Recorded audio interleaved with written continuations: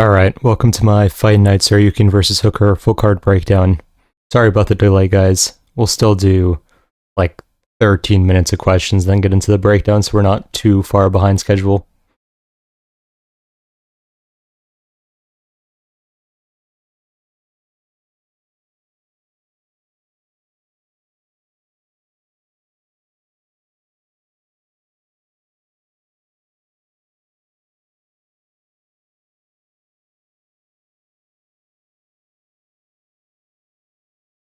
I don't know if YouTube is cooperating with the delay today, so let me know if you guys can hear me, please.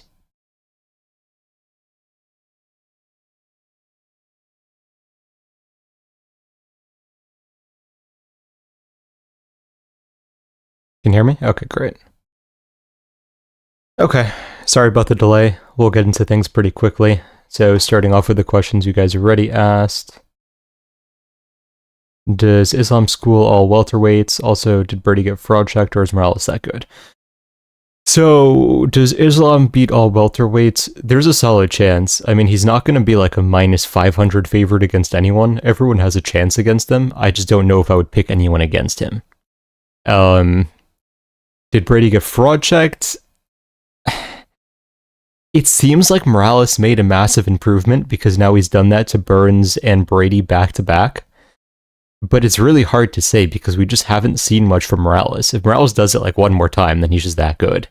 But it's really hard to know.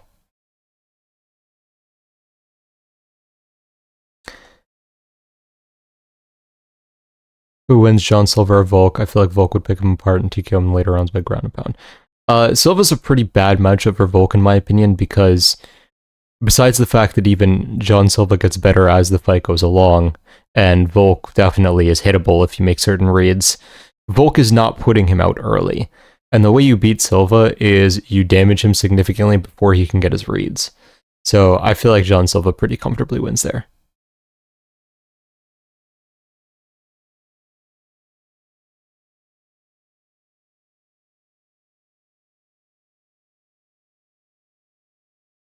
Do you think Valentina could have finished Weili with body shots if she pressed the action more? She was stinging her badly. I do think so, yeah. Valentina had zero interest in trying to end that fight. I strongly believe that Islam's hardest fight is Michael Morales because he's just so huge and very athletic. Very possible. Do you think Pitbull is being fed to John Silva? Oh, did that get announced? I did not see. And Pitbull's always going to have a chance because he can hurt someone early. Do I think John will probably pick him apart and finish him later? Yeah, but it's possible. I haven't smiled since my boy JDM got smudged into the canvas for 20 minutes. Yeah, that was rough. Ishav got the dark horse of welterweight.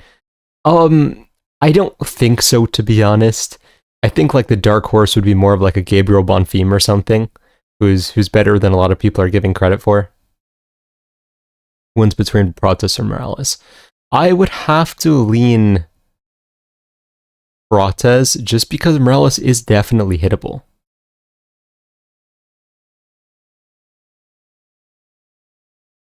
Also, Ilya versus Islam if it happens. I'm still very confident in Ilya. How does BSD do against Max, Arman, Charles, and Volk? Sorry, not Volk. I just threw that in randomly. The others, though. It's hard to say with Arman and Charles because we haven't seen his takedown defense tested since the Moicano fight. Now, I'm not going to judge him too harshly off the Moicano fight. He had no coach for that fight, and I don't think that's a real representation of his skills. But we need to see his takedown defense tested before we can really say.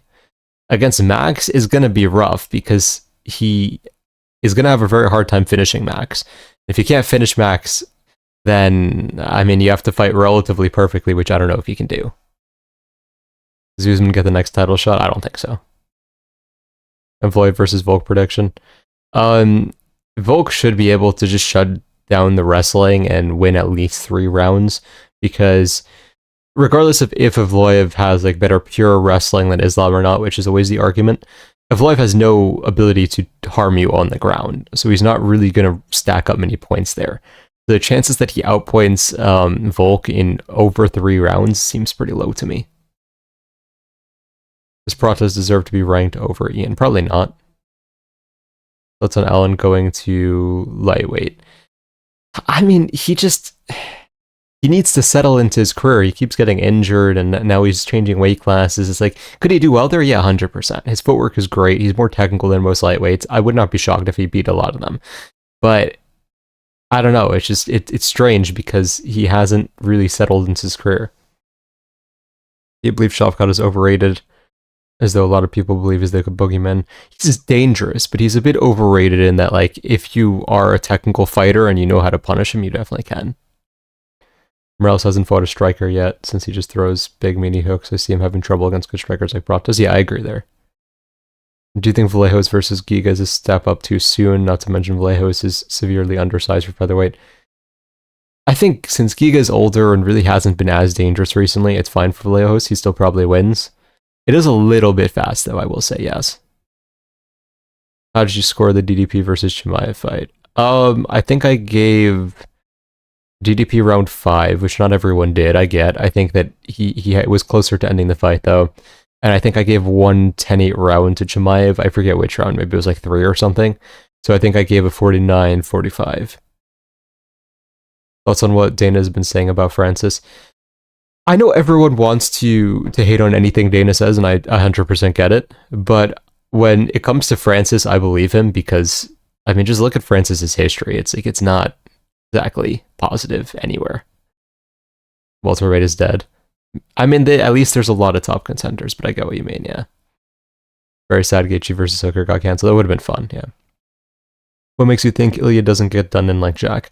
So the big difference, even if we take out wrestling skill, between Ilya and Jack, is the fact that Ilya has that one-punch knockout power. So when JDM was in the pocket, he did land a few times, but JDM's not really going to put you out with one shot. He's going to need a combo, and he couldn't find that combo. Ilya's just going to need one shot. And I haven't seen anything from Islam which makes me think that Ilya cannot find that one shot, because everyone has found at least one shot on Islam if they're not like a very low-level fighter. Morales kind of felt like a mini Ngannou versus Brady. Yeah, I get what you mean. I agree. Since you mentioned you wanted Jack to punish Islam early in an ideal world, it seemed like he tried to get Makhachev's face early, but what do you think he did wrong on that feat? So, a lot of it came down to the fact that he wasn't willing to risk fighting with his hands down. And I know it's an intimidating prospect, but you can't fight in the high guard and rush in against a wrestler. It's just not going to go well. I thought he would try it, which is why I was saying that he is more prone to be finished with strikes, or at least starting with strikes, than submitted on the ground.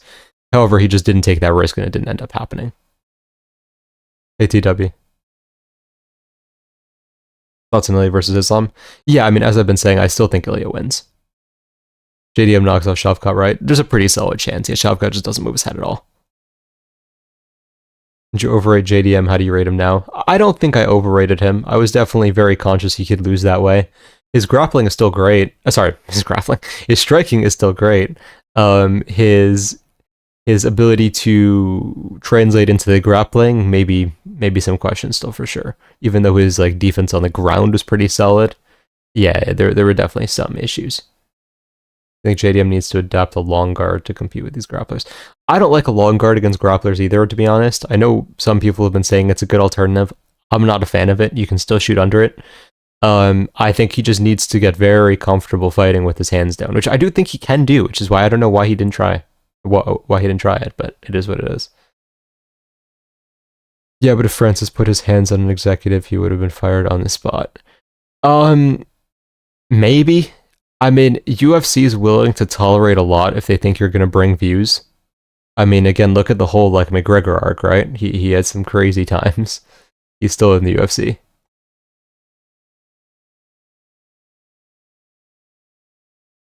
How do you see Morales versus Pratas going? If Morales does not fix his striking defense, he's just going to get put out with the straight. Curtis Blades, Sean Brady, different weight class, same vibes. Yeah, I get what you mean. It felt like JDM did not expect the calf kicks at all. Seemed like it, which is very disappointing. I don't know why you would not expect calf kicks if you're going to come out southpaw. Thoughts on Strickland versus Fluffy? I do think Strickland actually wins, because Fluffy is hittable and likes to get into trouble a lot, and Strickland does have underrated ability to put you out if you are very hittable. That being said, I hope Strickland actually makes it entertaining, because I do feel like he's capable of fighting a finish, but could also point fight, and yeah, I mean, no one wants to see that again.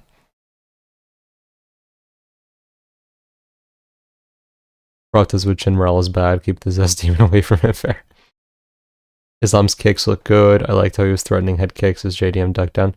Yeah, he did it when JDM went orthodox, which was not often. It was kind of after he got his calf fried. But yeah, it was definitely a good idea. How does JDM do against DDP?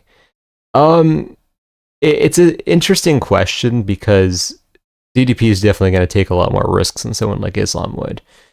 But I feel like JDM, you can game plan against him. And while DDP's game planning didn't look great last fight, there was also some like fundamental wrestling skill missing. I'd trust his game planning a bit more against a striker, so I'd probably lean DDP. Patty versus Tsarukyan with Patty. What do you think of Connor's custom shorts that got put on the Venom site? It's kind of funny, honestly.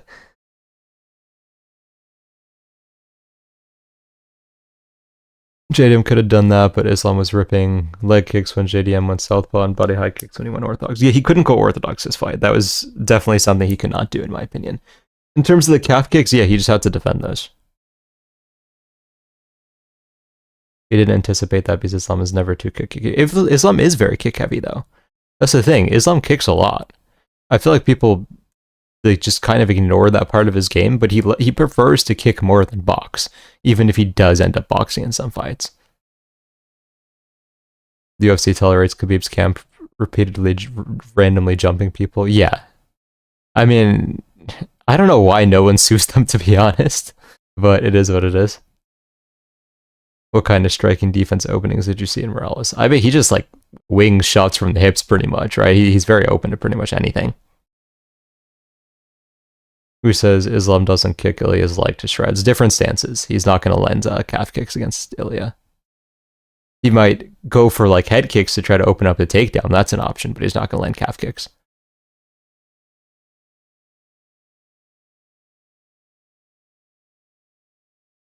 Do you think Islam would explode if Morales gave his back and started twerking? Maybe. Do you think Protes could be the hardest pound-for-pound hitter in the sport? Very possibly, yes. What do you think is next for Rainer de Ridder? Do you think eventually a DDP versus de Ridder is on the table? I think now it's probably more likely Allen versus DDP, now that de Ridder lost.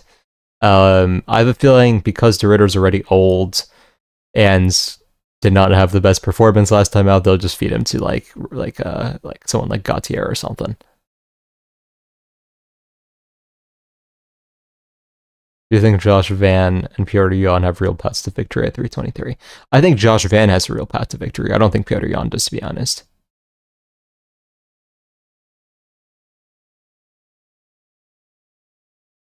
Gain more respect for DDP after Islam JDM fight, not gonna lie, he never gave up in 1 round 5. Yes, I agree.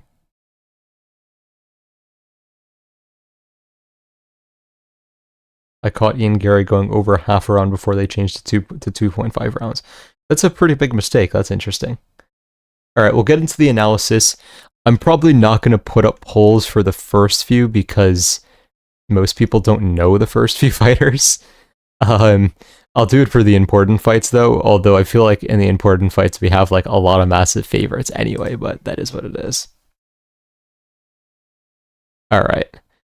So, getting started, we have Marek Bulio versus Denzel Freeman.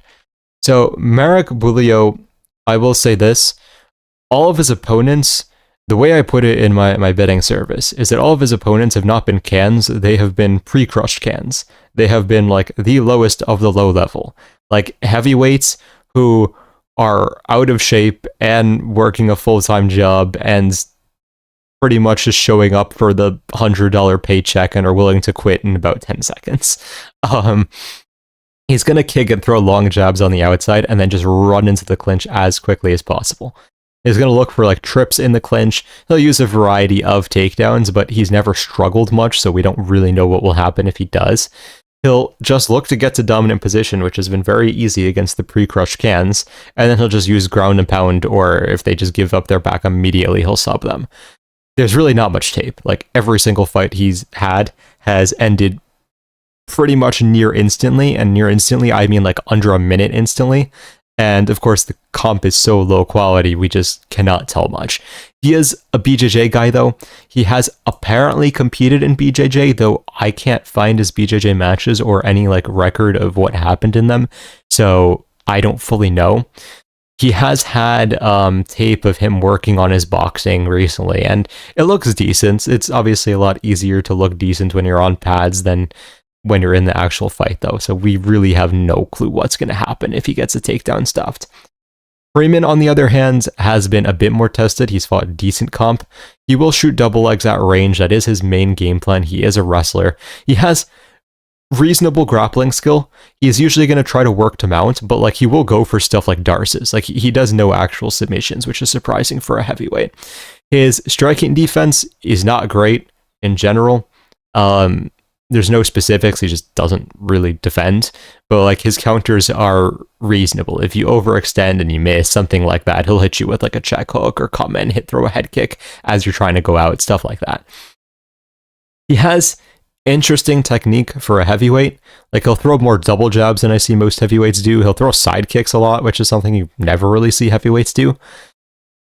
It's really impossible to predict this one in all honesty, because neither, I mean, again, Bulio, we barely know who he is, and yeah, but I guess you have to lean Freeman here, because we at least know that he's fought and beaten some legitimate competition. He beat the guy who got in on Contender Series recently, so that's a good look, I guess. So Freeman TKO is probably the prediction you have to make, but I don't know, hopefully one of these guys shows to be something decent, otherwise this fight is kind of a waste.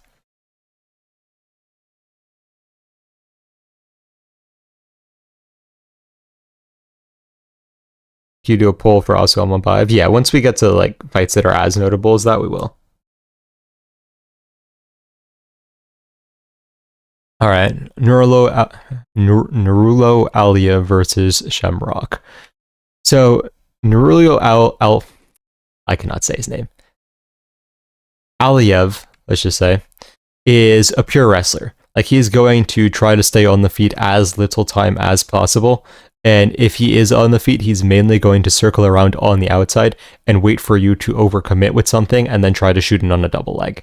So he'll just kick to try to like bait you to come in, and then whenever you actually commit to anything, he will shoot, which does make him somewhat predictable, and you could probably like feint and time him with something, but no one has done that so far.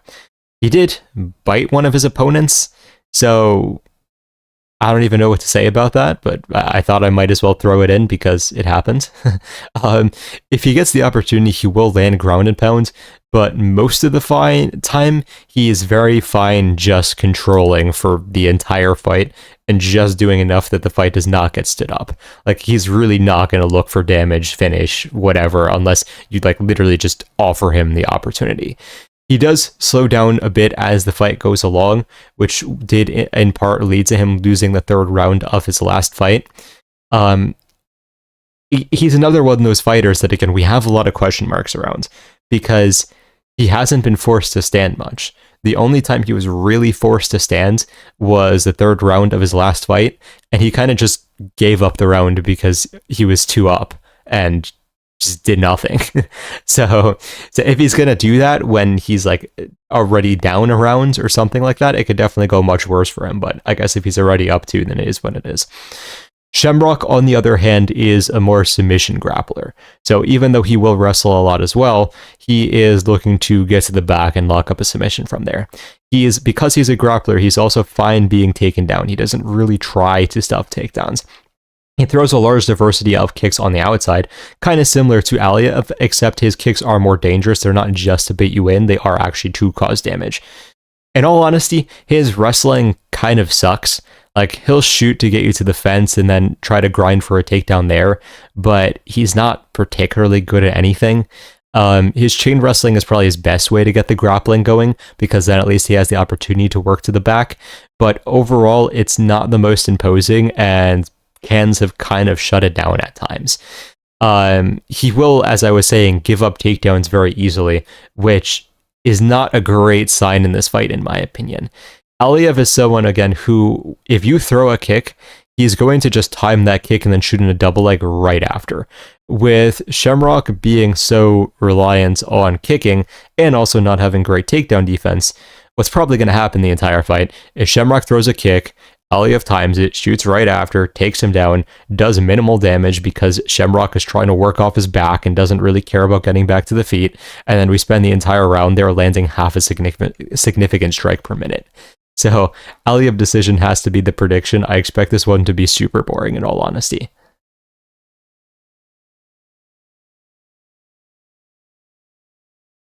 Shamrock is not that guy. Yeah, I agree. He's not very good. Opening line on Aliev was on points minus 500. Yeah, 100% I agree. Got here late, who were the first few. So, it was just Freeman and Aliev, I believe, so far. So, don't worry, you didn't miss much. It should have been Anshul Jubilee versus Shamrock. Yeah, that would have been a more competitive matchup, but honestly, I would still probably pick Anshul Jubilee. He's just more technical. Like, Shamrock, I know, has a following, but he's not really good at anything. Maybe he'll surprise me, but we'll see. Okay, so Ismail Naurdiev versus Ryan Loder. So, Naurdiev is a very distance management-oriented fighter. Because of the fact that he's very focused on distance management, he has a surprisingly high striking defense percentage, but when he's in the pocket, his defense isn't what you would expect. So basically, all of his defense is like, okay, I'm going to step out of range. If you throw a combo and like really push him back to the fence, you can land because of that distance management focus. Like, he's not really going to cut angles and such well, so don't expect him to like circle out perfectly and slip a shot or anything like that. He is extremely well-rounded. He can fight pretty much anywhere the fight goes, except maybe off of his back, but even there, he's half decent. He's extremely fast for a middleweight. He has fought at both welterweight and middleweight. He has had much more success at middleweight, even despite being kind of undersized there. I think it is because he's just so much faster than middleweights that he ends up being able to punish them and dance around relatively easily. He does fatigue in more grueling fights, so the reason why Sean Brady was able to beat him is that Naurdiev did kind of light him up in round 1, and then rounds 2, like, Brady got a takedown without much effort, and then round 3, more of the same. We kind of also saw that in his last fight against the Iron Turtle, where Naurdiev started out very strong, looked like he might finish him, and then after the break, when he illegally kneed him for absolutely no reason, he started slowing down, and then I forget if he lost both rounds 2 and 3, or just 3 or whatever it is, but he lost the decision because he slowed down.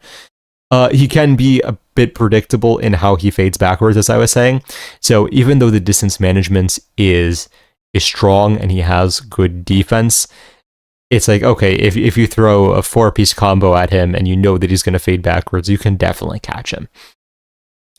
Ryan Loder is a pure wrestler, and when I say that, it's not even worth thinking about his striking. It just doesn't exist. I'm not even going to analyze it because there's nothing. If the fight is on the feet, he will die.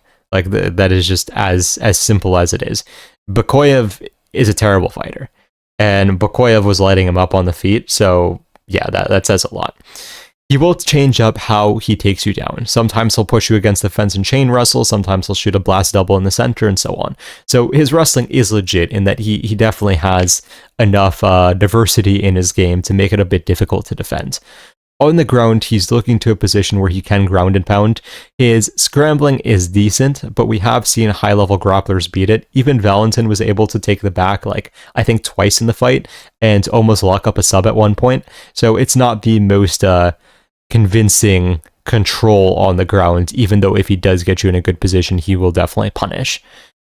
Prediction is going to be, I think, a Naurdiev TKO, because if there's no mixing up between the striking and the wrestling, Naurdiev is relatively like comfortable just unloading with his hands, and I can't see that going well to Loder. If somehow this makes it out of round 1, though, and I don't expect it to, I think Naurdiev puts him away in round 1, but if this does make it out of round 1, that's when Loder has a chance, because as Naurdiev does slow down, maybe Loder can take him down, get some control, and then kind of like win a smudge decision that way. But yeah, as I was saying, Naurdiev should TKO him in round 1.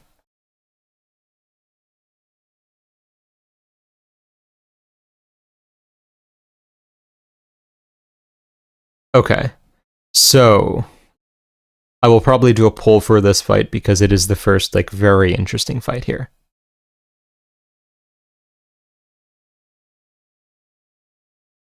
How do we do this?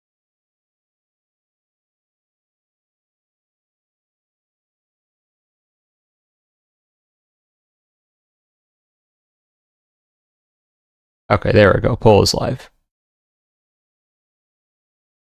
Who do you guys think wins this?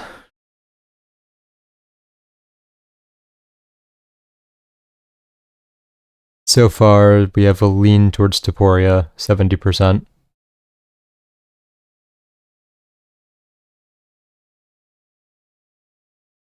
Not gonna lie, I kind of think Bekzat got this, but I don't want to underestimate Topuria. Valid.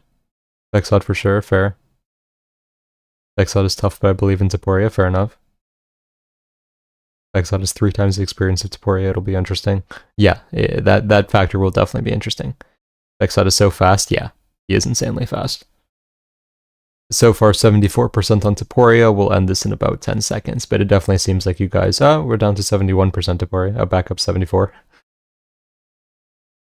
There's definitely a strong lean towards Topuria with you guys, which is interesting. Alright, we'll end it here. Topuria ended at 68%, so basically a bit over 2/3 of you believe in Topuria, which is fair. So,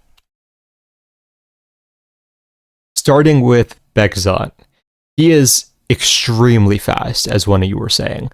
Like, he is the definition of pure fast twitch. He is mainly a striker, but he will mix in wrestling to stay unpredictable, and that will help contribute to when he decides to just like bomb in overhands, because it's definitely a lot harder to figure out what he's doing. He will throw hard body kicks, and when he throws combos, he tends to leap in with them to utilize his speed. Because of the fact that he's so fast, sometimes when he leaps in and just tries to go as quickly as possible, he will get countered because he won't really use any setup because he knows how fast he is and he's trying to abuse that. So he definitely could use some refinements there, because a smarter fighter will kind of just bait out the leap in and then try to counter it either with an elbow or a straight or something like that. The body kicks will help set up the head kick. So he will spam body kicks early if he does want to look for the head kick slightly later. And he has gotten, I think, at least 2 knockouts that way. I forget if there's been more. Topuria, on the other hand, he has a very similar boxing stance to Ilya, but he uses a lot more movement. So when you look at Ilya, his boxing footwork is relatively static. He's great at cage cutting, of course, but like defensively, he doesn't move that much with his feet. He moves more so with his head. Alexandre moves a lot more with his feet. It's very interesting. It is definitely a different style, even though it is similar to Ilya, of course. He uses a lot of jabs, but he has a bit more reliance on the overhand than Ilya does. Sometimes he'll throw multiple overhands in a row, whereas Ilya will tend to throw overhand then hook, hook then overhand, so really just one overhand in a combo, and a lot more reliance on the left hook. Similar to Ilya, his wrestling is mainly Greco-Roman. Ilya has adapted to shoot more double legs when he does wrestle. From what we've seen, Alexandre does not yet, though of course he could add it to his game and we just wouldn't know. On the ground, he is mainly going to look for crucifix and then force you to either tap to that, to strikes on the ground, which has happened before, or give up a submission from there. In his last fight against Thickness, he didn't really get that aggressive on the ground, which was definitely a difference from his other fights. It's very hard to say how Topuria is going to show up here. It's another question mark, and there's a lot of question marks on this card, because the way he showed up, as I was saying, was not the same as he did in his regional fights, but there was such a massive layoff that there's definitely a possibility he just decided, like, okay, I just want to get a win. I don't need a finish here. I'm just going to fight this safe and not really risk anything, especially with a short notice change up in opponents. So there's definitely a possibility he comes out more aggressive here, or if he gets a takedown, is really looking for a finish and so on. In terms of who to pick, I am going to very mildly lean towards Topuria. And now I will add a disclaimer to that. If you are picking Topuria here, as I am, you're picking him because his last name is Topuria. You're not picking him because he's the better fighter. If we're talking about pure talent and potentially even skill for skill, Bekzat is the better fighter. He's definitely by far the more talented fighter. However, I can't count out the fact that Alexandre has been game planning for Ilya for years now, and if we are to believe the Spanish fans and such, they're very high on Alexandre's game planning ability and basically have credited most of Ilya's success from Alexandre's planning and drilling and stuff like that. So if he is that intelligent, and yes, intelligence unfortunately has become a strange gamble in MMA, then I do think he can find a way to beat someone who does definitely have clear weaknesses in Bekzat, even if he is talented. So I am going to say Topuria takes another decision here, but it is really difficult to say how this fight is going to play out. I feel like fighters who are technical like Bekzat and have plenty of film to watch, it's easier to find holes and use them fair. I have no clue who's going to win this. I just placed a bet on the fight going over 1.5 rounds. That's fair. Topuria by smudge wrestling for 3 rounds. Very possible, yeah. I just said the game plans for Ilya. Yeah. That's what I'm saying. If Alex wins, it's because he's game planning mostly. Yeah, exactly. So we'll have to see what happens. This fight is going to show if Alexandre is an actual contender in the weight class, or if he's just a good game planner who should really just stick to coaching Ilya. Alright, so for Yakhyaev versus Cerqueira, I always forget how to say his last name. I'm probably just going to call him Cerqueira. I think that's either correct or close enough for now. So this is another fight again where we don't really know much about the debutant. And I say that because he's another guy where every fight is basically, or not every fight, he has gone to decision once actually, but he is, okay, so I'll just break down his style first of all. He's going to start with front kicks and low kicks for the most part. Then once he feels comfortable, he'll move forwards with combos, or he'll shoot and then try to switch to the back and slam you down. He's very aggressive, and his defense is, to say the absolute least, very questionable, because it's never been tested. He will basically just run in and throw combos with his hands down, and he's very open to any type of counter you put in front of him. If he gets you to the ground, he is going to go very heavy on ground and pound, and then look to open up a sub and jump on it. He has a variety of subs from the rear naked choke to guillotines. I feel like I saw him attempt to Darce at one point, but I could be misremembering and so on. His cardio also is kind of untested. Again, he went to decision once against a can. It's not really saying much. So if he goes heavy in round 1 and doesn't get a finish, we never know what's going to happen. In terms of Cerqueira, he is a relatively calm striker. He's going to throw solid 1-2s. He has decent body and head kicks. His takedown defense is abysmal, though. He basically just got dragged to the ground on a repeat last fight. And if he gets touched on the chin, he's just going to quit. That's as simple as it is. He also has a combination between that and bad striking defense.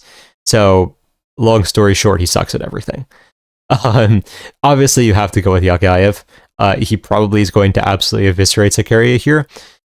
The one caveat being, Yakhyaev's defense is so bad that there's the puncher's chance that he runs into a 1-2 and gets knocked out, even though I definitely don't think it's going to happen. Yakhyaev is minus 1400 or something for a reason.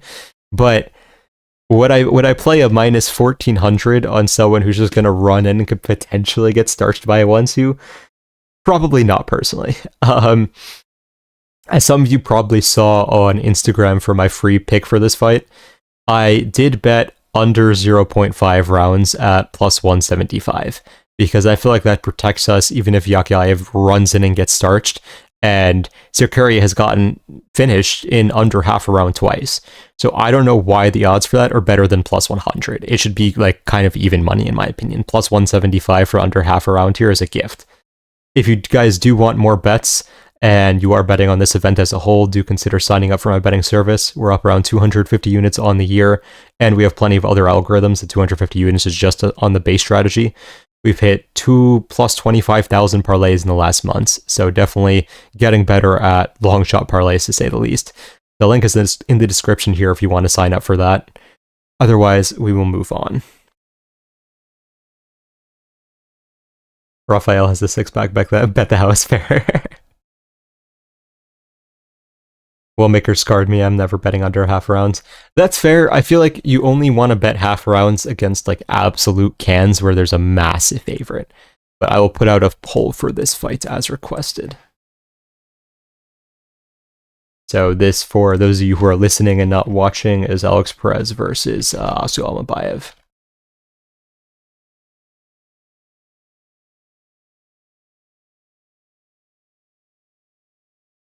Poll is up.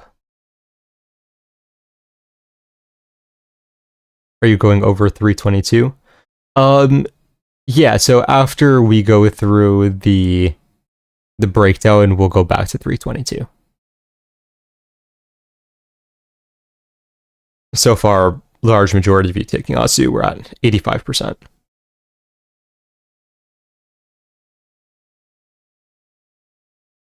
I only care if this fight goes to decision, knowing it Asu probably finishes him quickly. Fair. 88% on Asu. Okay, yeah. It seems like everyone is fairly confident in Asu here. I'll leave this one open for like 10, 20 more seconds, since it seems very skewed anyways.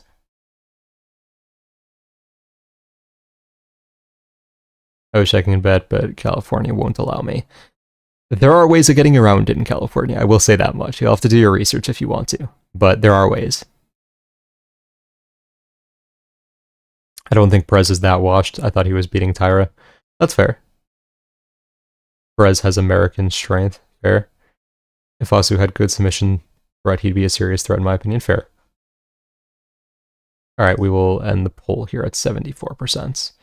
So 74% of you picked Asu, which is reasonable. A bit more than the odds would suggest, but that is fair. So, starting with...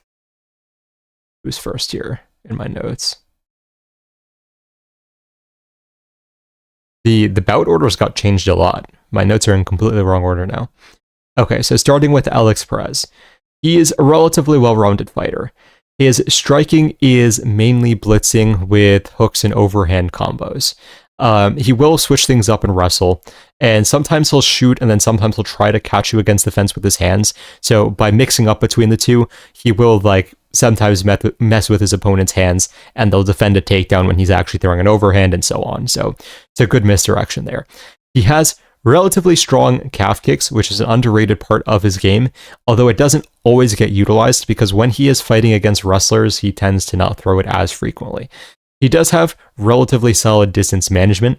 The biggest problem for him, though, is that it is just distance management and it's flyweight. He doesn't really counter on the back foot, and he's very dependent on moving forwards to throw strikes. The looping striking style also definitely does leave him open to counters.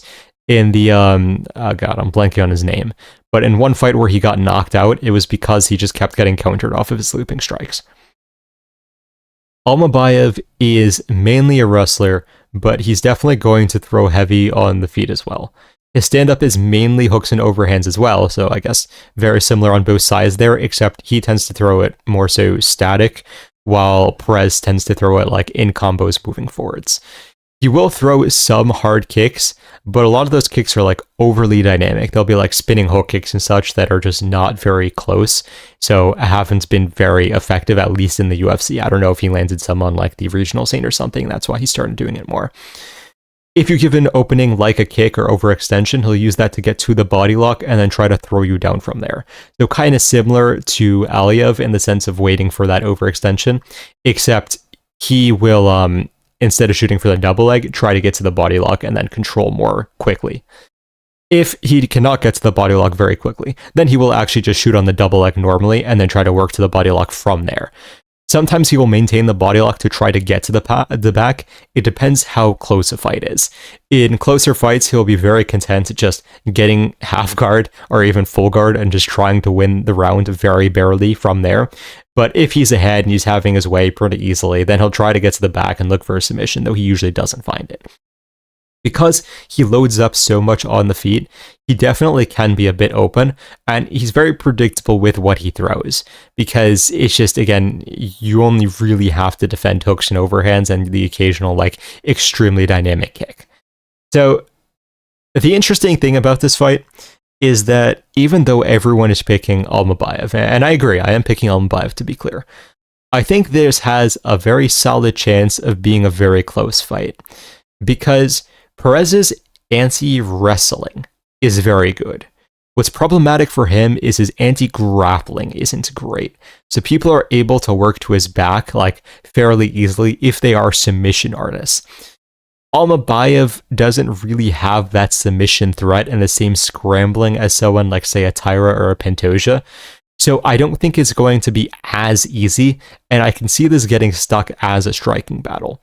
Now, even though Perez is technically speaking the better striker, when he's fighting a wrestler, his striking really gets frozen up because he's so dependent on blitzing forwards. Because he cannot blitz forwards against a wrestler without giving up his hips, he kind of just stops throwing and just defends, which leads to him, like the situation against Yakhyaev, where it felt like he really could have won, but just didn't do enough to win. I have a feeling that may happen again, and Almabayev wins like a 29-28 decision off just slightly more activity because he's still throwing on the feet, while Perez is like kind of waiting because he's worried about the takedown.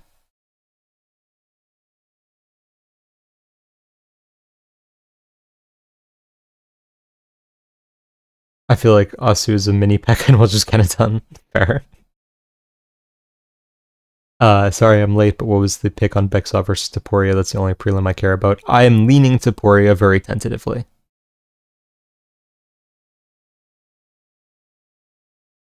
Alright, so... yeah, so Bekzat decision is going to be the prediction... So, Bekzat... Almabayev decision is going to be the prediction here, but I do think that a lot of people are betting Almabayev, and I think it's going to be a lot scarier for them than they are expecting, even though I do expect him to win for sure. Okay, Nicholas Dalby versus Saigad Yakhyaev, I think. So we'll start with Dalby since it's the one everyone's going to recognize. I'm not going to put a poll out because most people don't know who Yakhyaev is. Here we go. Okay, so starting with Dalby, he fights at an extremely high pace. He will clinch or shoot takedowns just to fatigue you. Like, he's not even trying to really establish the position. It's literally just to annoy you and slow you down. He is okay at everything, good at nothing. His combos will include boxing into kicks and shots and so on, so he's very good at mixing things up and trying to confuse his opponents a bit, but he's not the most explosive, so he's usually not going to catch him with anything. His defense is not spectacular. He'll fight like a boxer, but without really the high guard, and kind of just fades backwards instead of like actually defending anything. So if you throw combos at him, he's very easy to catch because of the fact that his distance management is not great, and he relies on it. So he kind of like does not take the actual strength of his style and then accentuates the weaknesses. He tends to do better in longer fights because of the cardio advantage, which we of course saw against Bonfim. If he can get through the first rounds, keep putting the pace on you and so on, then he may be able to break you if you do not have good enough cardio and such and finish you in the second or late in the third. He did of course have the controversial fight against what's his name? Blank on everyone's names. The wrestler. Let me find him quickly. Oh. Renat. There we go. Renat's his name. Accidentally closed the stats page. That's lovely. Alright, there we go. He of course had the controversial decision against Renat where a lot of people thought he won. It was a very close fight, but it basically shows that he still can fight a decent level of competition. Randy Brown is just a little bit too dangerous, a little bit too long, and so on, for him to be fighting at his age. Yakhyaev, on the other hand, he was fighting in ONE FC for a while. One thing I will say out of the bat, he has not fought an MMA fight in 3 years. And I'm not exaggerating. It is going to be, I believe, over 3 years when he actually fights. He is a Dagestani, but he's surprisingly fast twitch for a Dagestani. A lot of Dagestanis are more so like slow twitch, plodding, like get to a better position slowly. He is very fast twitch and explosive.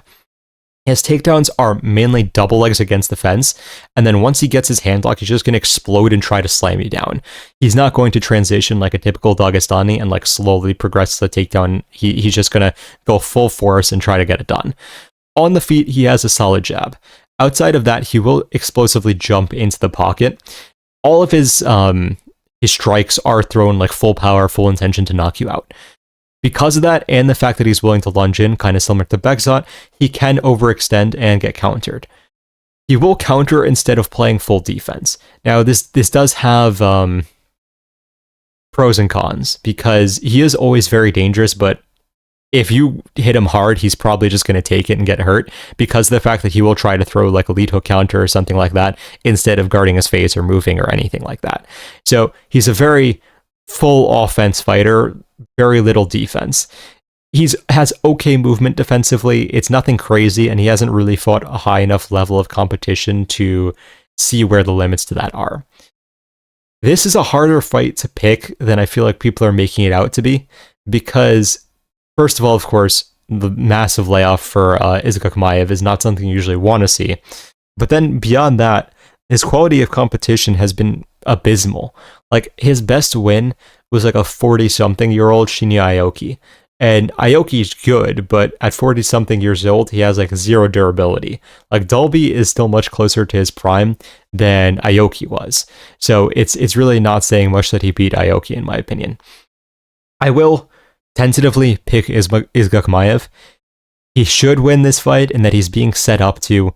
Dalby probably doesn't have good enough striking defense or even takedown defense. Yakhyaev should be able to control the fight, but if Yakhyaev goes for a finish, he could be in trouble here, because with how explosive he is, and we know Dalby makes people work, there's definitely a chance that Yakhyaev slows down as the fight goes along and gets finished like in round 3, or even loses a 29-28. So it's one of these fights where we really need to see Yakhyaev fight to know how good he is and how to think of him moving forwards. I don't understand how people can lay so much money on Saigad based off him being a Daggy. Yeah, I agree with that. Probably because all Daggies are good pattern recognition.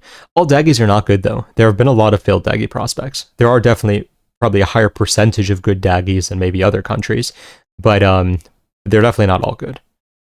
Dalby at this line is a good bet. This Daggy is unproven. When he faced legit comp, he got choked. Yeah. So yeah, I agree with you there. If you're talking about pure value bets, you could go with Dalby. I'm not going to pick him officially though. I got Dalby in parlays. That's a very bold move to put him in parlays, but fair enough. The name is shocking to pronounce. Yeah. Sorry, who do you think will win, Dalby or Dagestani? So I picked the Dagestani tentatively. I'm going to say he wins by decision, with maybe dropping round 3, or just a kind of like anticlimactic fight in general. But again, we really have to see what happens in this fight to evaluate if he's going to be anything in the division. Alright, so more people know who Luke Riley is than who Yakhyaev is, so we'll put up a poll for this one.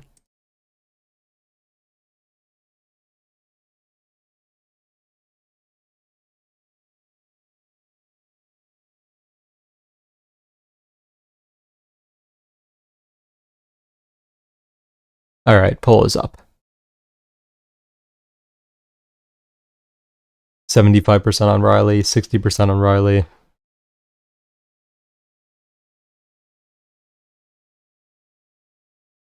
Yeah, people just cherry pick the Dougies with these amazing records, acting like 90% of Dougies are 2-10 record guys being used to build good ones records. Yeah, exactly. Alright, we have a pretty close one on this. 56% for Riley right now.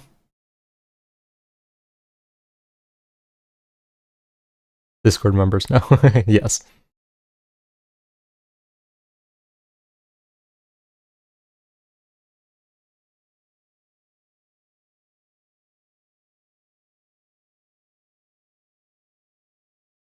Okay, it seems like we're staying around 56% for Riley, 60% for Riley. We'll end it here. Okay. Yeah, the final for that was 60% for Riley, but few people voting than on the previous polls, so it seems like fewer people know who Riley is, which is fair because he's debuting, of course. Okay. So we'll start with Riley, actually. So Riley is mainly a boxer and will fight like it. He's going to throw in combinations, and he has some solid combinations where he goes to the head and body in the same combo. He will occasionally throw in flying knees or super random stuff. When he gets into the pocket, at times he can be a hook spammer and just rely on his durability. He does hit very hard, but this obviously does open him up against better opponents. His defense in general is very questionable. He's kind of one of those guys that, again, who uses like oppressive offensive pressure to try to negate the other person's offense rather than having solid defense. So Riley is getting rocked in a lot of his fights, even when you don't really want to see that based on the quality of competition. When he's pressured, he is significantly worse at pretty much everything. Like, if you push him back, he'll back up straight to the fence, he'll kind of stop throwing. He does a lot of weird things when he's pressured. We'll see if he's fixed that at all, because it was a very glaring issue, but it's not something that you really want to see with someone going into their UFC debut. He has great cardio, and again, he is relatively durable in the sense that he won't get put out, even if his opponent is hitting him relatively cleanly multiple times. But he definitely can get taken down, and when he is getting taken down, he oftentimes really relies on his opponent gassing out. Like, in his last fight, he was minus 800 against a relative can, basically, and he got taken down and controlled like the entirety of round one with relative ease, and then the guy just gassed out and literally just gave up. So it's not the best look in the world. Obviously, Riley was to some extent making him work, but you don't really want to see a minus 800 dropping around for no clear reason because he's at like a technical skills disadvantage. So that wasn't incredibly encouraging, to say the least. On the Grad side, he is extremely high pressure. He is not the most technical. He's going to run forwards with like a kind of extended weird high guard. It's not like a technical high guard that people keep kind of near their chin or near their forehead and such. It's just like in front of him. So it can block stuff, but you can definitely go around it. He's definitely hittable pretty much in every aspect of the game because of that. He's just going to walk forwards and try to break you with pressure. He will throw a lot of looping shots, overhands and hooks. So unlike Riley, who is throwing cleaner boxing combos, Grad is kind of just trying to smash you. He'll get into the pocket and trying to clinch from there and then drag you to the ground. He does shoot clean takedowns sometimes, but he is also over-aggressive in the takedown sequences. So sometimes he can fall over the top, get reversed, stuff like that, because he's just trying to progress so quickly. If he can get you down and get to control, he's just going to straight up try to break you. He's one of those guys who's just going to look to land ground and pound, and he doesn't really care about subs. He doesn't really even care about position that much. He's just going to keep throwing and then eventually try to work to mount if it opens up. Grad is definitely the less technical fighter here, but because of his blind pace and pressure, and Riley's issues dealing with pace and pressure, I do have to pick Grad to probably break and finish Riley here. I don't think Riley is good enough yet for the UFC, in all honesty. He has some very glaring holes, and there's definitely the possibility he's fixed them, or that he catches Grad coming in early, because Grad definitely is hittable and probably chinnable. He has gotten knocked out early in round one, but unless Riley either shows massive improvements or chins him in like the first 2 minutes or something like that, Grad is a really terrible matchup for him. So it's weird. It feels like the UFC did a double disservice for Riley here, where they took him in both too early and they gave him an opponent who's just a really terrible style for him. So I'm going to say Grad second round TKO by grounded pounds when he's able to finally establish like mount.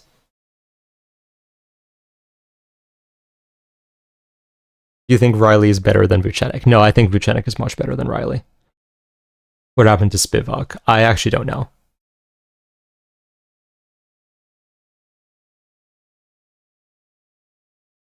I feel like Riley might just get caught mid-exchange after looking really good. I could see that, or I could see him looking really good and then getting taken down and then not really knowing what to do there because he hasn't showed like the most technical scrambling or anything like that. I was very surprised that Riley opened as a sizable favorite. He did not open as a sizable favorite. I'm surprised he grew to a sizable favorite because even though I could definitely see Riley winning, right, would not shock me in the slightest. Should he be a favorite? I mean, maybe if anything, a very small one, but even then, I'd say, again, Bogdan Grad should probably be a small favorite because we know how much Riley struggles with pressure. But I guess people are buying into the hype. We'll see if it works out. Okay, another interesting fight and definitely one worthy of a poll. We have Tagir Ulanbekov versus Kyoji Horiguchi.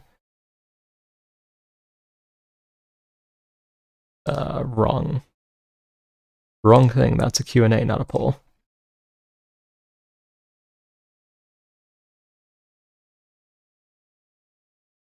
All right, poll is live.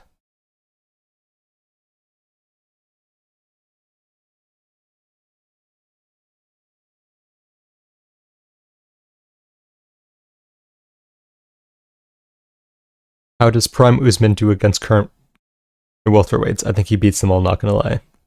He could beat a lot of them. I think that JDM might have been tough. JDM and Protez might be tough because Usman was definitely hittable. I could see him definitely just taking down and controlling them. It is possible, but he also doesn't have like Islam style control on the ground. So I could see him having some success with takedowns and getting knocked out. How does Tagir keep getting away with fighting unranked guys? I mean, Tagir keeps having these anticlimactic performances where we don't know whether we should push him or not, it feels like.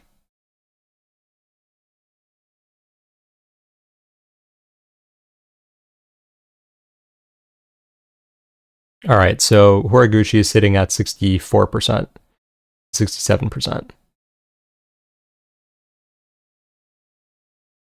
Alright, so he's staying around the 2/3-ish range. We'll close the poll in a few seconds.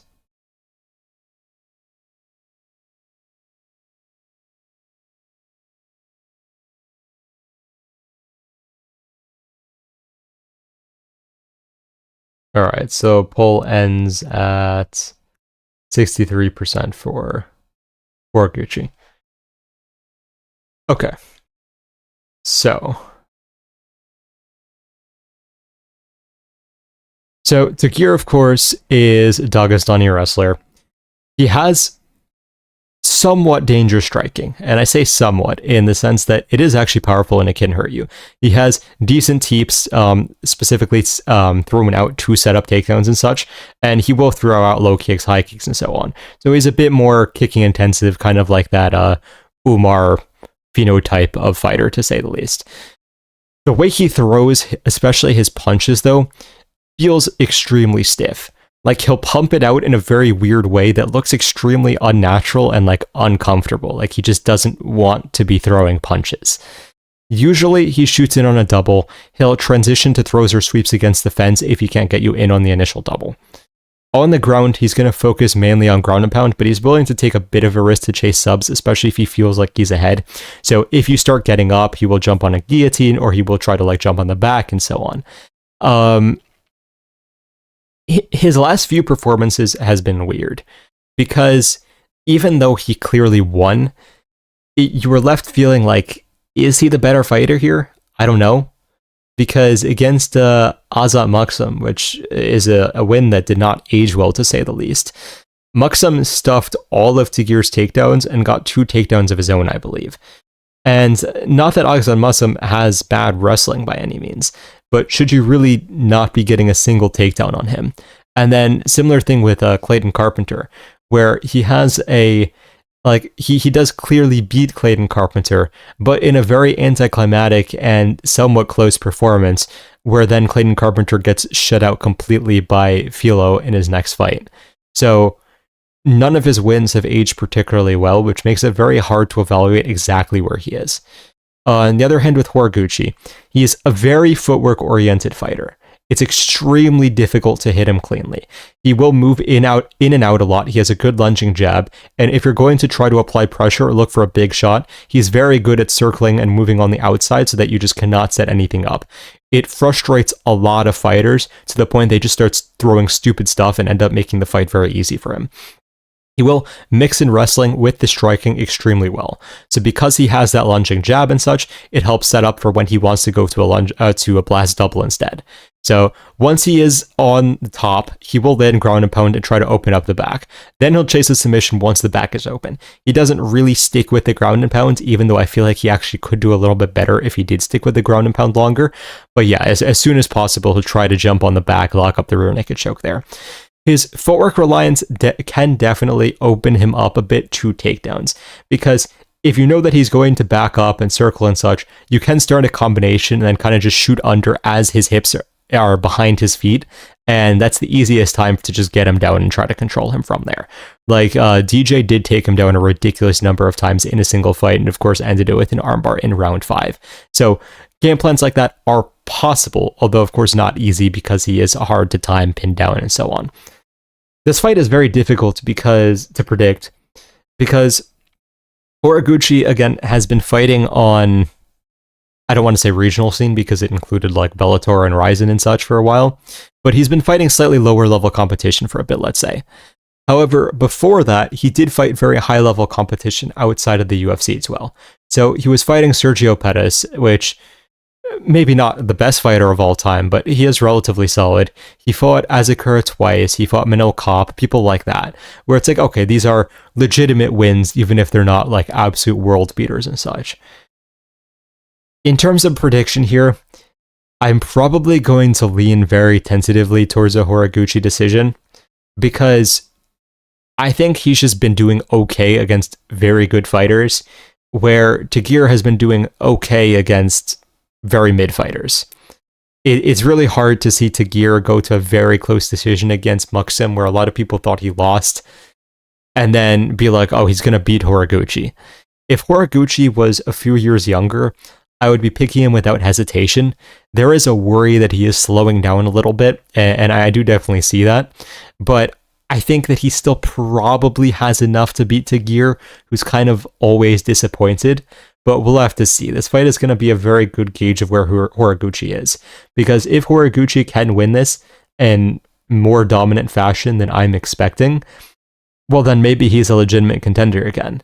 If he cannot and he loses this, then maybe he should retire or really fight lower level competition.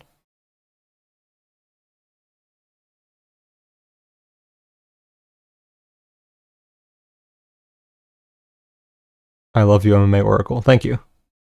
Love you too. How did Horiguchi get cut on a win streak in his prime? I think he left intentionally. I don't think he got cut. I do think it was his choice, and I think he probably got paid a lot more than Ryzen, so it was probably part of the reasoning. Because especially at his time, flyweights got paid absolutely terribly.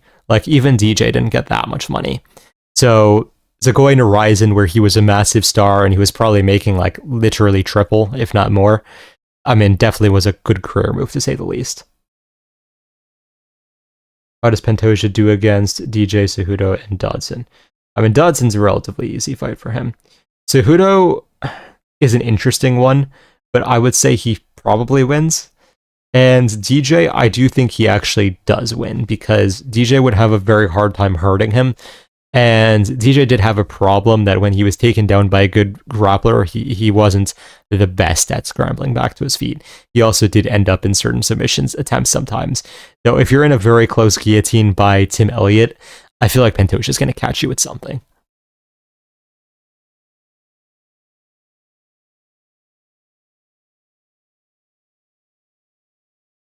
By decision, sub, or TKO, I would lean Pantoja to sub DJ, realistically. Alright, on to the next fight. So this, of course, still says Spivak, but it is now Waldo versus Gaziev. So I will put up a poll for that quickly.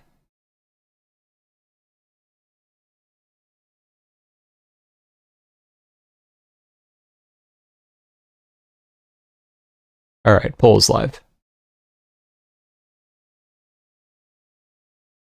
100% for Waldo so far. Title walk starts now. A walk might be a little bit too ambitious. Oh, down to 66% for Waldo.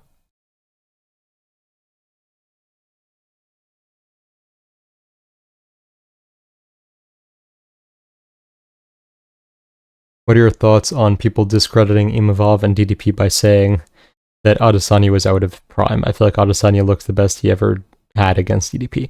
Yeah, no, he wasn't out of his prime. He just got issues that had always been there exposed. I don't think that those wins should be discredited, but people will do what they do.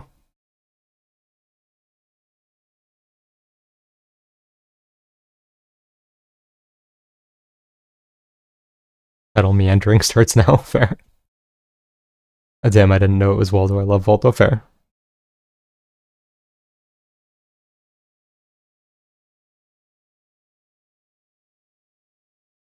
Any top 10 heavyweight mauls Blobziev. Fair. Alright, we'll probably end the poll here with it around 60... Let's see. 64% for Waldo. Okay. Now, I don't think I have notes for Waldo because of the fact that this was all last second, but that's all good. I have them pretty much from memory. So, starting with Gaziev, though.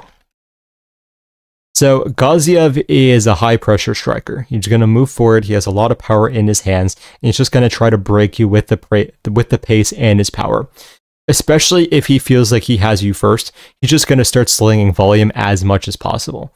He has wrestling in his back pocket, so if he feels like the fight isn't going how he wants it to, or he just doesn't really feel like getting a knockout that day, it felt like against Mays, he will just wrestle to a decision fairly easily. He has okay technique with his double legs, but to be fair, it's Dontel Mays, anyone could take him down, so take that as you will. Peterson was able to take down Gaziev fairly easily. That's the only time we've seen someone shoot like an actual takedown against Gaziev, so Gaziev's takedown defense is probably a bit suspect. Granted, against Waldo, that probably isn't going to be a concern. I don't see Waldo shooting a takedown here, but you never know because Waldo did shoot takedowns against, what's his name? Despain. Gaziev, of course, has extraordinarily questionable cardio. If the fight goes past round 1, he is a lot less dangerous. He probably has knockout power, I would say probably halfway through round 2, but after that, it's just he's going to point fight and try to survive to a decision. The biggest problem for Gaziev is that if someone is actually technical, they piece him up fairly easily, it feels like. We saw, even in the Peterson fight, Peterson was doing a lot of good work with the jab and was really just outstriking him by the numbers fairly comfortably until he got caught. That's Peterson, who's not a spectacular fighter in all reality. Against, what's his name? I always blank on it.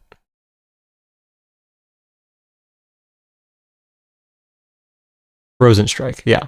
Against Rosenstrike, we saw Rosenstrike just be able to work with the jab on the outside and literally just walk around, and Gaziev couldn't do anything. So if you're technical, Gaziev is kind of just straight up helpless because he doesn't have the technique to really set things up on the feet. He's very lumbering forwards. He's just going to look for the big shot. He doesn't really know anything else. Like, that's all he's going to do. Of course, he can try to switch to the wrestling if he needs to, but it's definitely a backup plan, and there's nothing there that's really overly convincing, since all we've seen is him being able to out-wrestle Dontel Mays. On the Waldo side, Waldo really loves the overhands, and it seems like sometimes gets obsessed with just throwing overhands. Like, he'll throw overhands to the body, he'll throw overhands to the head. He throws overhands like Bo Nickel against Paul Craig style, except at least the overhands are a bit more dangerous. He does have a reasonable left hook as well. So when he decides to use his full skill set, he is pretty dangerous. He has the left hook, he has the overhand, his kicks are also relatively solid. He is a relatively athletic heavyweight, surprisingly. His takedown defense is relatively fundamental. Spivak could not control him on the ground at all, so I don't expect Gaziev to really have any wrestling success here. Waldo is weird, again, in that he will fight really stupidly, and then all of a sudden, maybe he gets hit or something. Maybe she's just one of those fighters who needs to take a little bit of damage. He'll just wake up and realize like, oh yeah, I can fight technical. And then he'll just actually use a jab. Then he'll actually set up the overhand instead of just winging it to the body. He'll actually like throw calf kicks to mess up your legs and so on. So Waldo, when he wants to be, is an incredibly technical fighter, and that can definitely make him dangerous.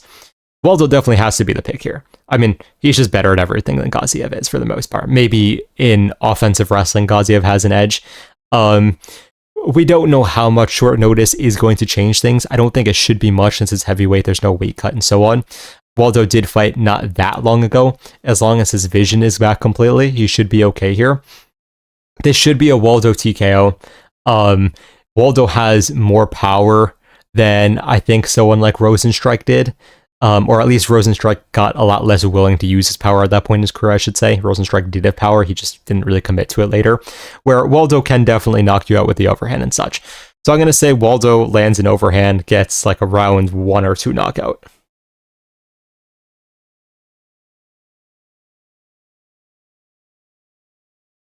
I don't know why they cut Rosenstrike, that was annoying. Yeah, I agree. Shamil said he broke his hand round 1 against Mays. Fair. It's just very anticlimactic anyways, but fair. Did anyone mention why Kai Kara-France was cut? He was not cut. He's still in the UFC, he's just taking a break. What's Ko's ceiling? The fighter? I mean, we'll have to see, because we still haven't seen him tested. I think he can go pretty far, though. His grappling is pretty insane. If he's able to improve his stand-up a little bit more, then he is definitely a contender in the division, in my opinion. Alright, on to Orolbai versus Hermansson. I will put out a poll for formality here, even though I'm pretty sure what you're all going to say.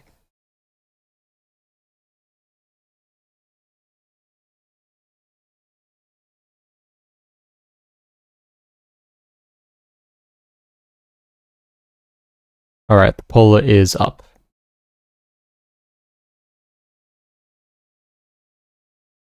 Reddit says Kai Kara-France is out of the testing pool. You can't just jump into the UFC after that. Bro is gone. He went out of the testing pool again because he's going to take a break. It was intentional, though. The UFC was informed about it. He's not cut or anything.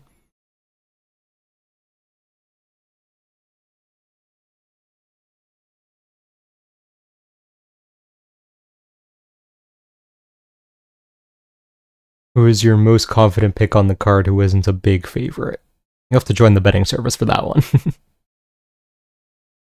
I like Hermansson. I hope he pulls it off, but it's better for Orolbai to win. Yeah, for the future of the division, it's definitely better for Orolbai. This is actually closer than I expected. We have 65% for Orolbai right now.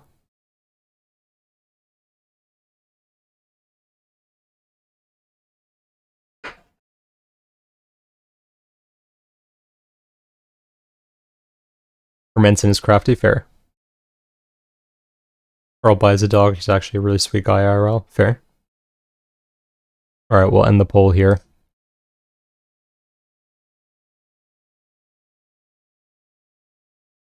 Five Orolbais versus a gorilla. That's a tough one. I might lean towards the Orolbais. Alright. The poll results are not popping up for whatever reason. Oh, there we go. Okay, yeah, so 67% for Orolbai. Okay. So, starting with Jack Hermansson.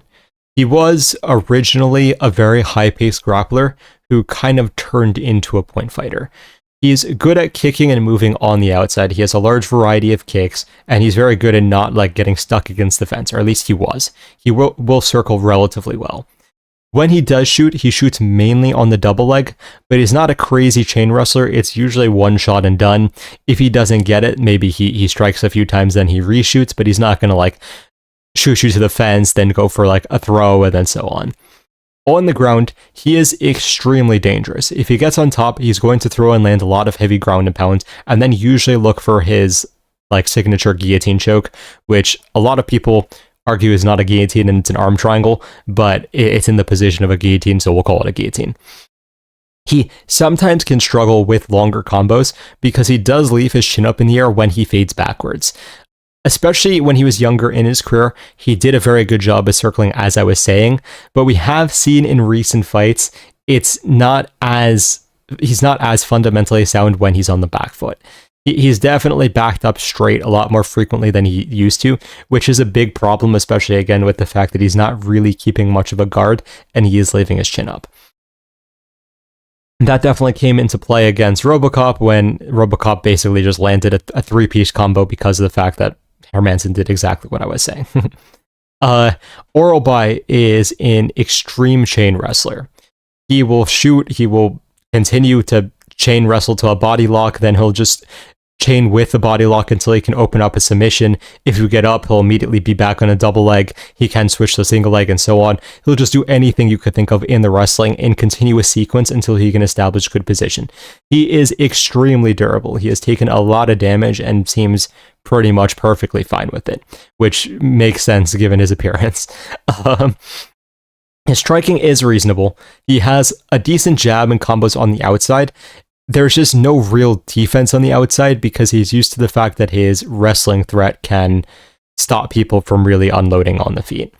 So Orolbai is one of those fighters who I feel like he's either going to have at some point a crazy breakout performance where he looks spectacular and then he just shoots into the rankings and we all think that he might be a future champion, or he just never improves and we see like the same thing and he ends up being a gatekeeper. I think that the move to 170 pounds was very good for Orolbai because at 155, he did not have the same cardio he had at 170, which is tough when you are a chain wrestler who kind of relies on having cardio. Especially even in the durability. I mean, at 170, it's just going to be overall better. I also don't feel like Orolbai is specifically like undersized at 170. He looked perfectly fine against Medic on short notice. So I do feel like this is a very good move for Orolbai. And on the flip side, it's really hard to see someone moving down in weight at 38 years old or something like that to go well. Especially when it's someone like Hermansson who has not really been as much a finishing threat recently. It's a very strange career move. I would have almost expected him to move up rather than move down, because then at least he's going to have easier weight cuts. Maybe he can put up more muscle and get the grappling going more easily again, stuff like that. Moving down, it feels like he's just going to be more drained. I don't think he's going to out-wrestle Orolbai. Maybe he can find a miracle submission, but he's probably outpaced on the feet. He's probably outpaced on the ground here. I don't really know how Hermansson can win this fight. So I do think that Orolbai is probably going to find a finish, and I'm going to say it comes by knockout. A lot of his earlier fights did end by knockout, although he's been, of course, more of a submission hunter recently. So we'll say Orolbai second round knockout.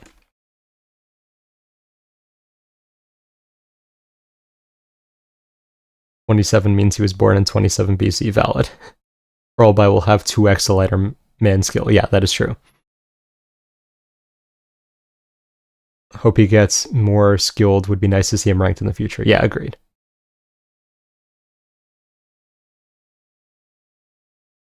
It's actually hilarious to me that Orolbai is actually only 27. He is very young, surprisingly. My favorite 24-year-old qualified lawyer is back. Let's go, Orolbai. Alright, so Volkan Oezdemir versus Alonzo Menifield. I will put up a poll for this.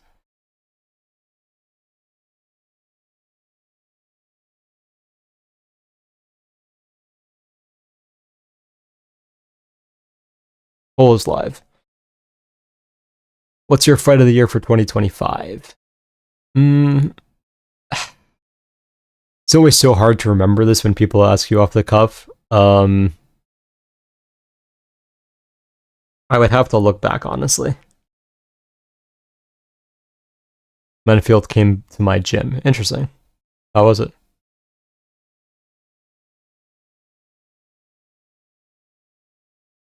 Menifield really isn't good at all. I think Volkan just beats him up for 3 rounds. Possible. And Valentina Whaley fight right up there. Yeah.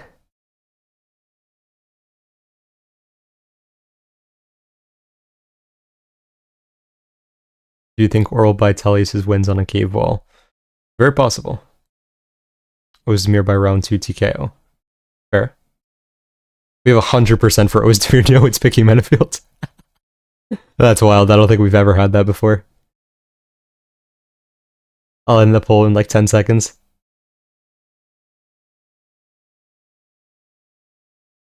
Menifield being ranked makes me think anyone above 6'1" can make it into the UFC. I wouldn't say anyone, but he is naturally talented in terms of his power, at least.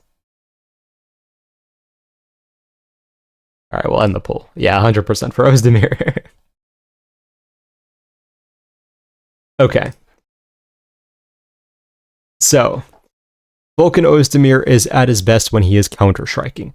He will pressure, he throws good calf kicks, and he has decent distance management, but oftentimes he really wants to bait you into the check left hook. That is how he gets most of his finishes and such. He did get the left hook moving forwards against Johnny Walker, but that is because it is Johnny Walker, and Johnny Walker things happened. He will mix in takedowns to change things up, but it's not really like his primary weapon or game plan, and it's really just literally to change things up. It is not like an actual intent. He has lapses in defense, especially to straight shots, and doesn't really guard the best while being a little bit flat-footed. This can definitely be a danger at times. We of course saw it against Yuri. We've seen it a few other times where he's just getting caught by random straight shots that he really shouldn't. Even in the Bogdan Guskov performance, which of course was a very good performance, he just got caught by a few like swinging rights down the pipe. And it was strange because he took them well, but it was some of these shots where it's like, okay, it's so projected. Why are you getting hit by this? So Oezdemir is very dangerous, but also a little bit questionable in the defensive aspect. So Menifield is basically just a pure power puncher. He pretty much only punches at this point. He used to wrestle. It was mainly just blast double legs. I don't know why he stopped wrestling and mixing things up. Now he just wings punches. He has a half-decent jab when he decides to use it. Oftentimes just does not decide to use it. It's mainly focused on the big overhands and big lead hooks. His counter left hook is alright.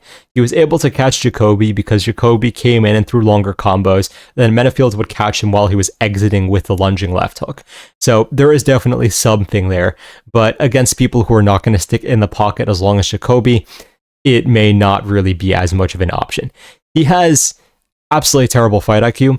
I mean, we saw him literally just run at Olberg to get finished in like 15 seconds. I have no idea what that was. It was some of like the stupidest game planning I've seen in my life. Loading up so much repetitively does make him an easy target, which is why Mirzakhanov was able to just like completely style on him and put on one of the most one-sided performances we've seen in like a 2-round fight. So yeah, the prediction here has to be Oezdemir, and he probably gets a TKO here. Granted, with Volkan's technical lapses, there's always a chance that Menifield just lands something massive. Like, it's always going to be a possibility here. There's no real way to rule it out. But I'm going to say Volkan wins by round 1 TKO. He should be able to counter Menifield coming in with a big shot, hurt him, and then put him out. There's also a chance that if he hurts him, he just gets the takedown and finishes it with a rear naked choke. But yeah, I mean, your pick definitely has to be Volkan here. Menifield versus Mirzakhanov is a very underrated one of my favorite fights. I had a big parlay on Oswan. Valid. You remember when Orolbai got one of the most nonsense point deductions ever at 301? That was crazy. I mean, I'm actually fine with point deductions in 4 fence grabs like that, but the fact that they just did it to him because he was in enemy territory and didn't do it to anyone else was wild. Menifield wins by pure chance. Yeah, I wouldn't be surprised. Who's the worst ranked fighter in the UFC? Whoever is like near the bottom of the rankings at heavyweight, probably.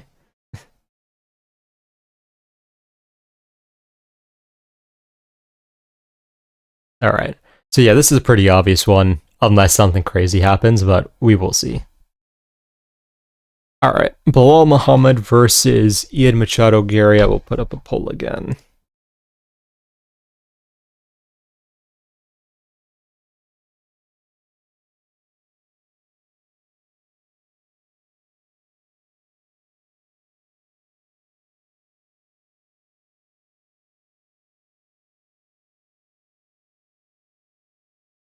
Has to be Tuivasa, right? Very possible.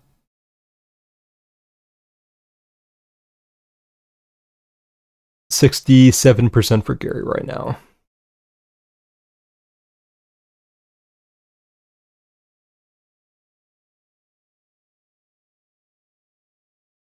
Ian versus Oracle's favorite fighter of all time is next. Valid. Ian by humiliation. I really don't think this will be semi-close. Fair. This one is sketchy. Belal will bring pressure and got Garry, but I don't like it. Fair enough. I think Amir is going to get wobbled off a head kick. Very possible. Garry by decision. Fair. Genuinely, do you think Topuria beats Tuivasa? Oh yeah, 100%.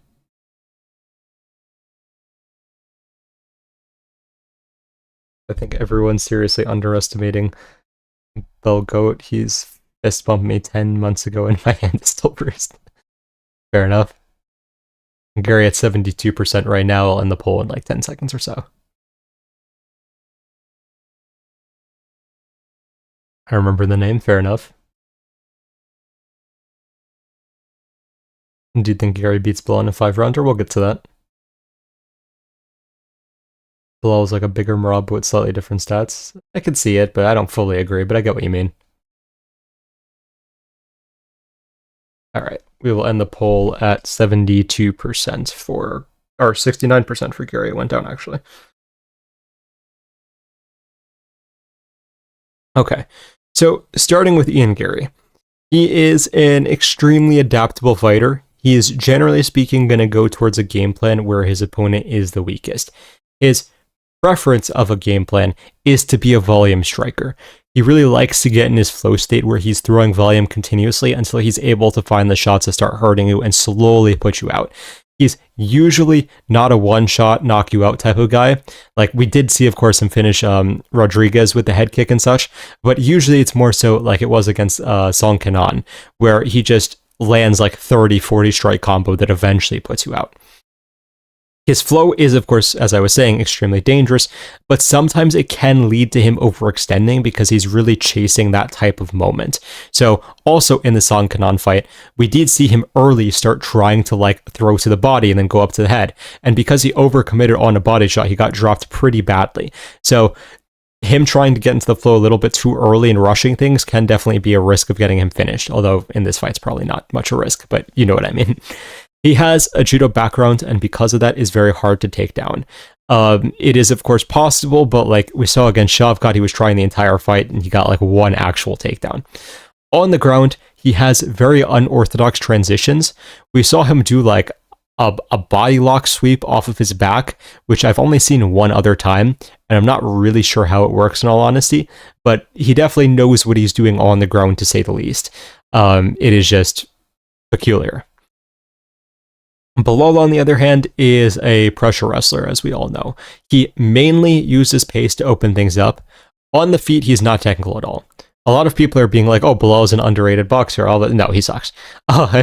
His boxing is terrible. It's literally abysmal. He doesn't guard at all. He is not technical. Sometimes he just spazzes and throws his hands out randomly in random directions for no reason. It's kind of painful to watch. His chain wrestling is pretty strong, though. He mainly starts with double legs, and then if he gets you against the fence, he can keep going until he's able to get you a good position and then start to land ground and pound. How he wrestles really depends on his opponent. Sometimes he will pull you in and then try to shoot. Against Wonderboy, he was really going to try to pressure him against the fence, then keep shooting there. So he does have adaptable game plans, especially in terms of how he does wrestle. He doesn't really have submissions on the ground, and the ground and pound is conditional on how comfortable he is. If it's someone like Wonderboy who doesn't have a ground game again, yeah, he's going to go for it. If it's someone like Luke, where he's just scared of fighting on the feet, well, yeah, then he's just going to keep Luke on the ground and not really risk ground and pound at all. As I was saying, his boxing is so terrible that he's just open nonstop. He doesn't defend calf kicks at all either. He will just get hit by pretty much every single calf kick that you throw, but his pace is usually enough that you can't really stack them up because you're getting pushed back constantly.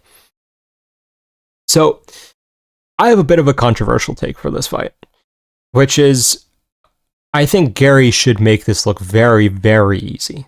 And I think he should brutally finish Belal. Because I think, again, he's going to be circling on the outside. The calf kicks are going to be there. So I think he's going to land a bunch of calf kicks, kind of like he did to Magny. But one thing to really note about this fight is that Garry asked specifically for 3 rounds. Now, the reason why that is relevant, in my opinion, is because he's been saying that he really wants a knockout and that he's annoyed he hasn't been getting finishes and so on. asking for a 3-round fight makes me think that he's going to really pursue the knockout and throw out a ton of volume to look for it. So if he's going to light up the calf early and then start to put up more and more volume, I think that eventually he finds the head kick on like a wobbling Belal and is able to rock him badly and gets a finish from there. So Garry, of course, not exactly known as a finisher in recent years.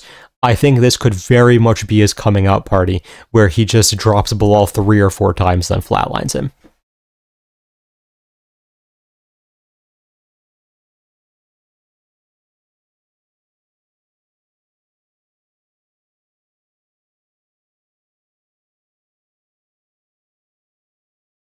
Garry might wobble him with a head kick off a combination. Yeah, I agree. I think that a finish will probably start with the head kick here. Belal versus JDM was a fun fight for me. Yeah, because JDM made it fun. I mean, if we have a Belal fight where Belal has his way, it's never fun. I can't believe UFC Shanghai got 2 5-rounders, but this didn't. Yeah, to be fair, Garry did not want this to be a 5-rounder, so it is. Are you single? Yes. Garry or Belal in a 5-rounder who wins? I don't think it matters because I think Garry gets the finish. So I'm going to say Garry either way. Are you Canadian by any chance? No, I'm American. I'm a New Yorker. That'd be impressive if he finishes him. Yeah, I agree. I think he'll style on Belal but not finish him, and Neil couldn't finish him even with a flush head kick. Yes, but Belal is getting older. He's taking a lot of damage now, and I could see what you're saying, right? It definitely could just be a decision. But I do think that especially with Garry chasing a finish, maybe throwing the head kick more often than Neil did, there's a very solid chance for a finish here. The 3-round volume thing, what I thought too, with all welterweight fights being booked so close to each other, he wants a better chance at a finish to set him apart and secure him the title shot. Yeah, exactly. Belal gonna win? It's possible, but I don't think so. Belal's just not a good enough fighter in general. Ian versus Islam early prediction. I'd have to lean Islam, but Ian's very intelligent, so we don't know. Garry rocks him badly, then gets a sub while he's hurt. It's possible, but I feel like he will chase the knockout. New York City? No, not in New York City anymore, literally. Patty or John at 55? Probably John. Did you go to UFC 322? No, I did not. Way too expensive. Well, didn't shoot takedowns versus JDM. Yeah, that narrative has been something to say the least. Ian or Shavkat in a rematch? Ian. Where are you from in New York? I live in Brooklyn. I'm not going to get too specific, but I will say I'm a New Yorker.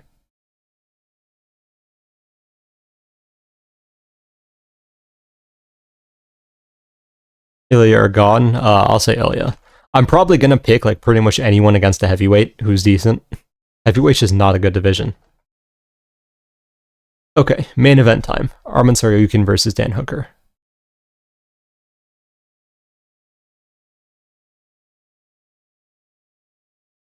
Putting up the poll now. Poll is live.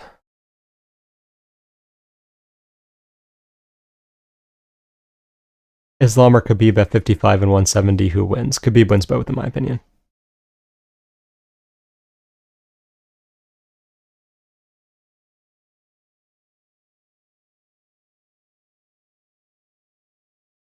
We have 86% for Arman so far.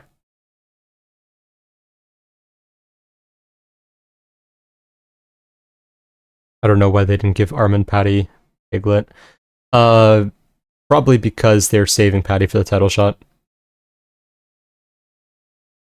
This card simply has aura similar to Baku. Fair. Hot take, but I think Arman will flatline Hooker. It's possible for sure. Hooker by knockout because he's my favorite fighter and I'm biased. Fair. Why is Arman repping Georgia? The UFC website is so mad. Yeah, he's obviously not Georgian. Whatever.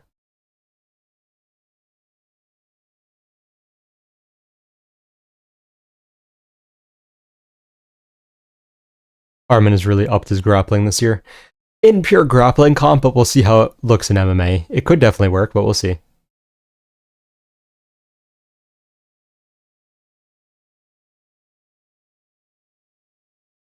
Alright, 90% for Arman. That is valid. I will end the poll here. Okay. So we will start with Arman Tsarukyan. So he is, of course, very wrestling focused, but he does have an underrated kicking game. He will throw a very large variety of kicks, but mainly his body kicks are things. His body kick is a weapon that's really going to mess with his opponent, especially because it does help set up the takedown. He did have a crazy axe kick against Oliveira. Didn't really land clean, but it definitely showed his flexibility off. He mainly likes to enter on double legs. He can work against the fence with the body lock, but it isn't really his preference. He usually wants to use the fact that he is shorter than his opponent to get deep on a takedown and just get to their hips more easily. On the ground, he's mainly looking for ground and pounds, and I don't think he's even attempted a sub in the UFC so far. But he's generally speaking fine working in full guard, which is very uncommon now. You don't really have guys landing ground and pound in full guard in modern UFC, but he will just do so. He's fully comfortable not passing at all. He'll just land as much damage with elbows and such as he can there.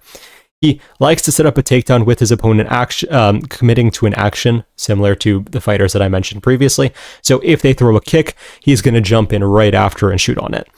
His boxing is a little bit stiff, but he does throw in combinations. So it's not his preference to be punching, but he definitely has power in his hands and will do it at times.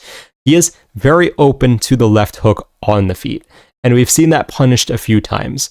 The showcase points where it was punished, of course, being in the Joaquim Silva fight, where he almost got knocked out by a left hook.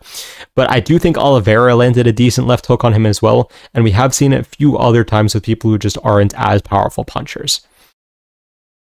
Okay, with Hooker, he is very much a fighter, where he doesn't really care about, like, how should I put it? He's not like an athlete. He's not a technician necessarily. He just really wants to fight, which is, there are not many of them left, so I do feel like to some extent we have to respect that, even if he's probably going to lose this fight. He will use the fact that he is lengthier than his opponent and pump out a lot of jabs and kicks. He has been using the teep kick more in recent times, which is a good weapon because he's able to punish the body a lot, slow people down, and then ultimately finish them from there. He is willing to just brawl in the pocket if you're going to brawl with him.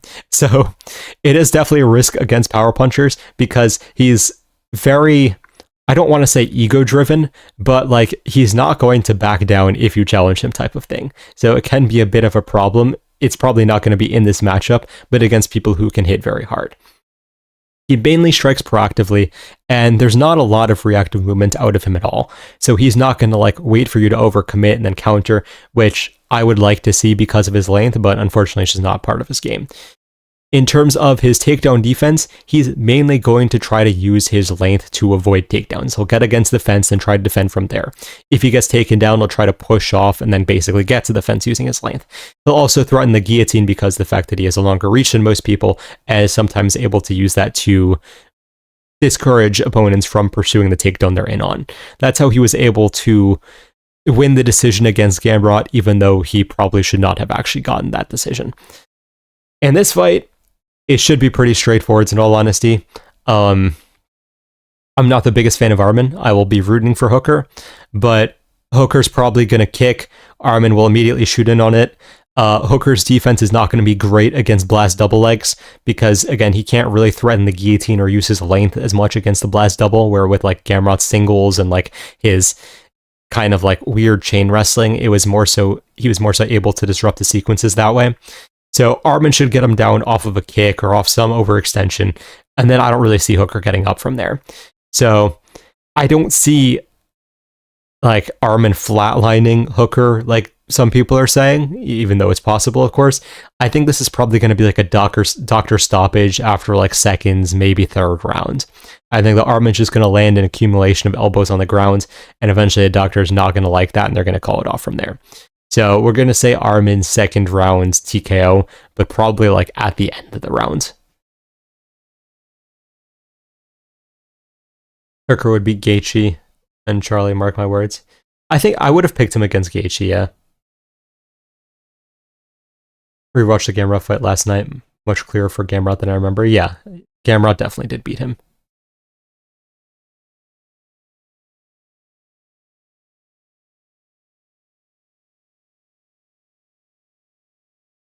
The best shot for Hooker in this fight, in my opinion, is to time the knee. The problem is in recent times he has really not been going to the knee to try to defend takedowns, and I don't know why. But if Hooker is able to like set down on a heavy hook or something to like feint to force Arman to shoot and then blast a knee up the middle, maybe he catches him. It's definitely possible.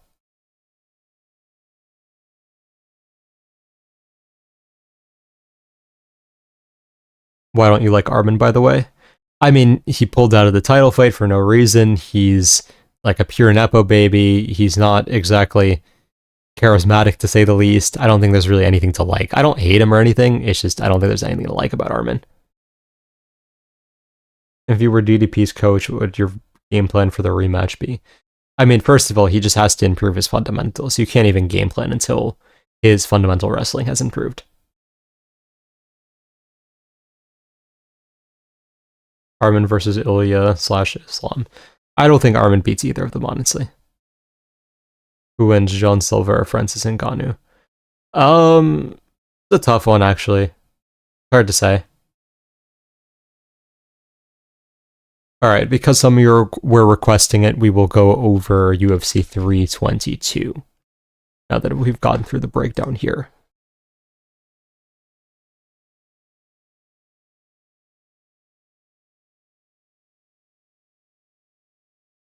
Think this is zoomed in enough for you guys to see? Okay, so starting with Camilo versus Borshev, I'll be honest, I thought this was a really bad robbery. I thought Borshev very clearly won.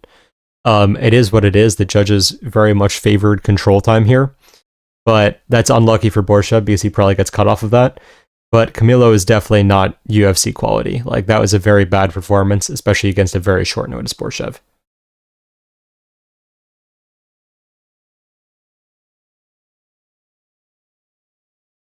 I wouldn't call him a Nepo baby because he actually fought good people before getting ranked. He's not a Nepo baby in the sense that he got ranked off of nothing. He's a Nepo baby in how he was raised. 30-27 was insane. Yeah. Like, if you're going to give it to Camilo, 29-28's the best you can give him. And even then, I really struggled to give him a second round. I think he got round 1, if I remember correctly. I don't think you can give him round 2 or 3. I just don't see the justification. Honestly, they just pushed Camilo because he's new, definitely a robbery. Yeah. He was cut? Oh, okay. Rest in peace, I guess. Tsarukyan versus Mechanico. I mean, more criticism off to start with. This was a terrible performance from Tsarukyan. I did not have the highest hopes for Tsarukyan in general because of his terrible defense, which we talked about a lot last week. But this was a horrific performance. Like, I did not expect him to go to a third round with Mechanico and end up even on strikes, arguably getting hurt a few times. Yeah, like, Tsarukyan is going to need to improve a lot, or he has absolutely no future because he just had a pretty garbage performance against someone who does not belong in the UFC. So, that is what it is. Attiyah KOs Tsarukyan. I mean, freaking like Bo Nickel probably KOs Tsarukyan.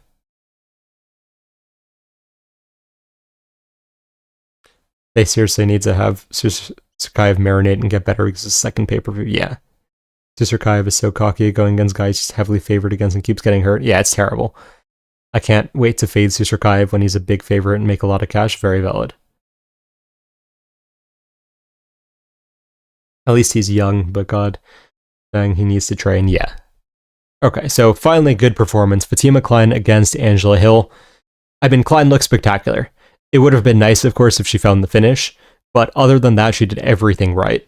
I think that hopefully you guys understand why I was glazing her so much last week. She is like literally the new generation of WMMA and will very quickly be champion in that weight class, in my opinion. Her footwork is amazing. Her cardio is spectacular. She has actual dangerous submissions all on the ground. She has head kicks. She has pretty much everything. The only thing she could do slightly better with, slight improvements in wrestling would be nice, and slight improvements with cardio would be nice.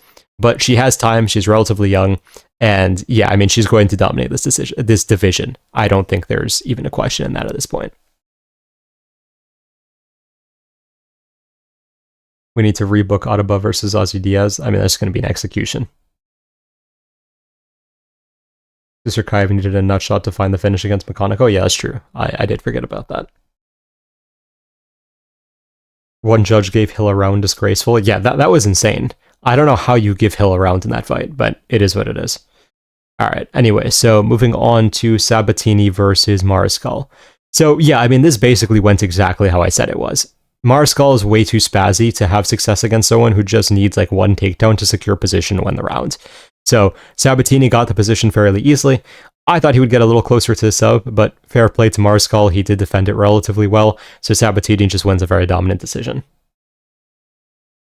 Daukaus versus Meerschaert went realistically how most of us expected.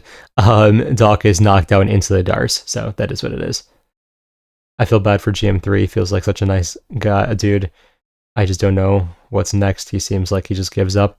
I think he's just too old. I don't think he's durable enough anymore, honestly. I feel like when he gets hit now, his body doesn't react the same. Like, he's not a guy who was lacking for heart, especially in the past, so I feel like we can't necessarily doubt that. It's just, yeah, I mean, unfortunately, his body's not there anymore. All right, on to Ethan versus Wellmaker. Massive fraud check of the night. I think what I was saying about Wellmaker and what I was criticizing was definitely on display here. He's very bad against combinations. His defense sucks and so on. Ethan is a solid fighter, right? So I'm not going to say that this is a terrible loss, like he lost to a can or anything like that. But I will say that losing to him on short notice in the fashion he did is not a good look for Wellmaker. I think the Wellmaker experiment is kind of over. People realize now as long as like you pay attention to the hooks, you're not going to get hurt because that's all he has. And then you can just throw combinations and he has really nothing against that except one counter. So yeah, Wellmaker's already old. I think that, I mean, I know this is a little bit harsh, but I think it's over for him. Wasn't it a 2 days notice? Yeah, it was like 48 hours or something. Wing's head is massive, but great performance, yeah. Cody would have smoked him. Yeah, I agree. Hadlon probably would have finished him. Like, Wellmaker looked even worse than I expected, in all honesty. I thought he was probably going to have some improvements to show. There was actually nothing. Wellmaker quitting his job, then losing is kind of heartbreaking. Yeah, that's fair. But he just, I don't know. It felt like he wasn't taking it seriously, and he kind of just bought into his own hype because there were no improvements here.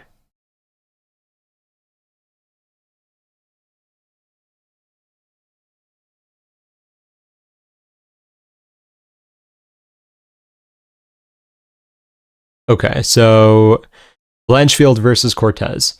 So, yeah, I mean, I think we had a pretty good read on this one also. Cortez had the cleaner boxing, but Blanchfield had pressure, which started getting to Cortez at the end of round 1, kind of forcing Cortez to shoot in round 2. And then once the grappling started, we saw that there was just a massive advantage for Blanchfield, eventually ending in the submission.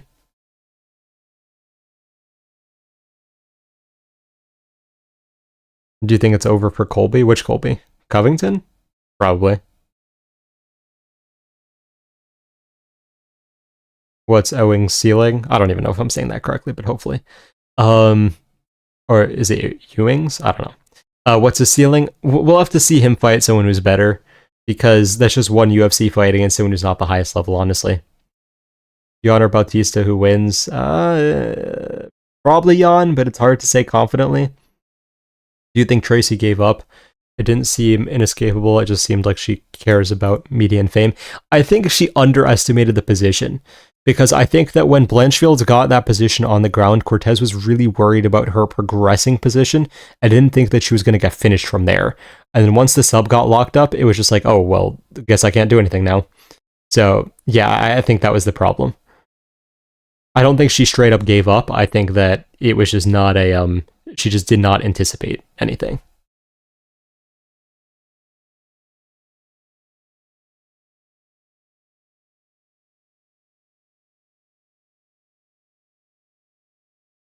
All right, so going on to Rodriguez versus Kopylov. This was a weird fight. I don't even know what to say about it. Kopylov didn't want to fight. I don't know if he came in very injured or what the deal was, but he threw like Usually body kicks are his best weapon. He threw like 3 of them in the entire fight. He wanted to wrestle more than strike. Like, I don't know what was happening here. This fight should have been entertaining. It should have been a finish from one side or the other. Both fighters kind of ended up looking terrible.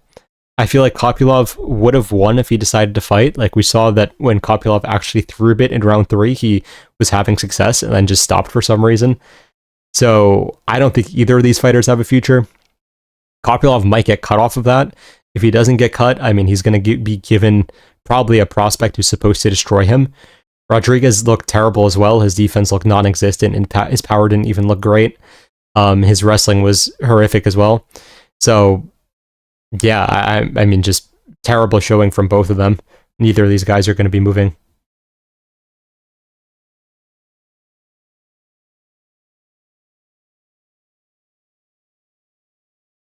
Kopylov is dumb sometimes, yeah. Paulo Costa or Fluffy? That's a tough one. I might have to lean Costa. This fight ruined my parlay. Had an ending by finish and lost out on 300. Damn, that sucks.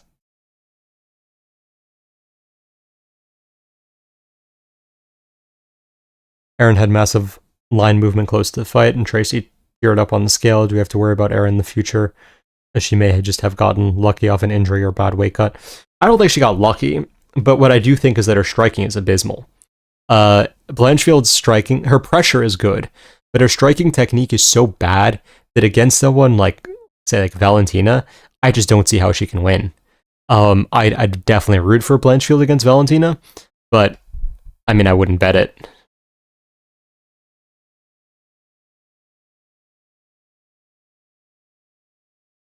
I know MMA math doesn't work, but imagine what Costa would have done to Robocop. Yeah, he would have destroyed him. Why didn't Wellmaker's body shot slow down Ewing? I mean, first of all, Ewing definitely has good cardio by the looks of it. And he didn't pursue it enough, right? He did some damage, then went away from it. You have to keep going. Body shots are not overrated now.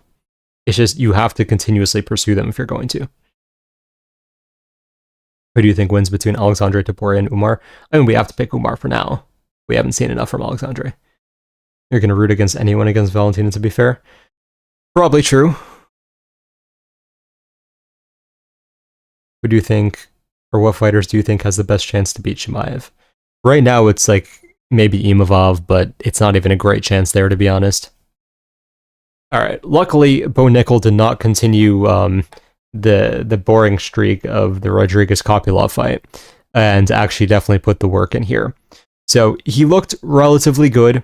I will say his striking defense is still kind of questionable, but he does have offense that he needs to work on it a little bit more. Like, the power is there, he's just not great at using it at the correct times. So his timing needs to improve a bit, his movement needs to improve a little bit. Maybe if he's like, he either needs to commit to a high guard approach or a more movement-oriented approach. I would say probably movement-oriented based on his style, but then he definitely needs to improve that in the defensive sense. But good performance, set up the head kick, got him out of there, looked good, didn't have any moments of adversity. It's the type of rebound performance he needed. I was hating on Bo Nickel before this fight, but also improvement from him on the feet. Yeah, it was definitely solid. Bo Nickel really needs to go to welterweight, in my opinion. I don't know if he can make it at this point, because he did put on weight before the RDR fight. Bo or Robocop? I'd say Bo. Alright, so BSD versus Beneil Dariush. Even though I predicted BSD first round knockout, I did not expect it to be that fast by any means. Yeah, so we can't really take much from that fight because BSD threw 3 punches and knocked him out. So I don't even really have a comment. Like, I'm a BSD fan, so that was good to see. Dariush should probably retire because that's not something that, yeah, that's not a good look. But yeah, I mean, good on BSD. He'll keep moving. He has a lot of hype again now, and Dariush is done. You said round 1 knockout in the clinch also. Yeah, my analysis of the fight aged very well, despite it being very short. But But yeah, it also didn't really show as much on like BSD's potential improvement or not. So it's unfortunately hard to say anything regarding his trajectory there. Dariush or Grant? I'd probably say Grant at this point, honestly. Once Dariush got dropped by Icon, I knew his chin was done. Yeah, exactly. The card was amazing for Dustin Fair. Alright, on to Prates versus Leon Edwards. So if you guys saw my Instagram reel about this one, great performance from Prates in terms of his setup. He figured out that how Leon Edwards was going to react to the hook very well and then punished it immediately. He also read the stance switch perfectly well. I think Leon Edwards switched stances probably because the calf kicks were starting to get him, although it could have just been because he wanted to use a weapon in Orthodox. He does just switch to Orthodox at times. It's not a very rare occurrence for him. But yeah, Prates punished it instantly, got him out of there, and got his highlight. And yeah, I mean, Prates is one of the pound-for-pound hardest hitters of all time, and he's a very dangerous striker. I think he's still going to have a lot of issues against good grapplers, though. So I probably would not take him against Brady or Islam. Maybe Brady, but definitely not Islam. Brady I would have to think about more. But yeah, if he can improve his grappling, he's going to go pretty far. He's a... It's weird watching him fight because he's so undersized for the weight class, and I don't mean in terms of height. It's like he just doesn't cut weight, right? He cuts like 5 to 8 pounds of weight or something like that. So seeing it is very interesting because he has crazy power considering that. It's similar to Yuri in some ways. It's just they're very good at transferring their weight so effectively that they generate a ridiculous amount of power.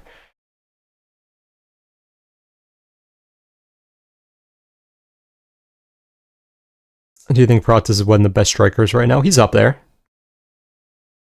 You kind of got this one on the dot during predictions. Thank you, yeah. Second round knockout was via straight. I actually got the exact prediction right here, so yeah, thank you. Prates is basically the prayer of welterweight. Yeah, valid. I think JDM would still beat Prates, school him in the boxing. Very possible. Neon smiling as he was out was creepy. Yeah, that definitely... You get some interesting things when someone gets knocked out, to say the least. I don't know how someone can cut no weight and have so much power. If you're actually to cut, how well would he do? I mean, some guys definitely do better without the cut, right? Like, Yuri is probably the heaviest hitter at light heavyweight, and he has the same thing. He basically cuts no weight. So some of these guys just do better when they're comfortable type of thing. But yeah, so on to Morales versus Sean Brady. Now, this is a weird fight because I don't know what Sean Brady was doing. I mean, first of all, good performance from Morales. Don't want to take away anything from what he did. His distance management was good. He is looking more dangerous than ever with his striking. He knew that he didn't really have to worry about Brady's punches, so he didn't really worry about defense and was just able to light him up and finish him. However, if you're Brady, I don't know why you don't shoot a lot earlier here. Like, he was willing to shoot pretty much instantly against Leon, but he tried to strike with Morales is a very stupid thing to do. So Brady, like, I don't know if his team gave him a stupid game plan or he just decided to ignore the game plan. His corner also kept screaming for him to shoot and he wasn't, so I don't know. But yeah, very bad look for Sean Brady. Great highlight from Morales. He fought extremely well. We all thought, including myself, that Burns was just washed and got finished easily because of that, but it turns out Morales just has that type of power now. So fair play. I still would not pick him against Islam most likely, but at least he has made that type of fight interesting now. So yeah, I mean, he's probably next in line for a title shot, and he deserves it in my opinion. I think Morales' hips were too far for Brady. Yeah, but then chain wrestle or something like that. Maybe Brady just couldn't get in range to shoot. You don't have to shoot a perfect shot if you're a grappler, right? Because you're not worried about being on your back if you're a very good grappler. You can always reverse position and so on. So Brady just diving on a single leg would not have been a bad idea. The fact that he didn't try it at all is not a good sign for him.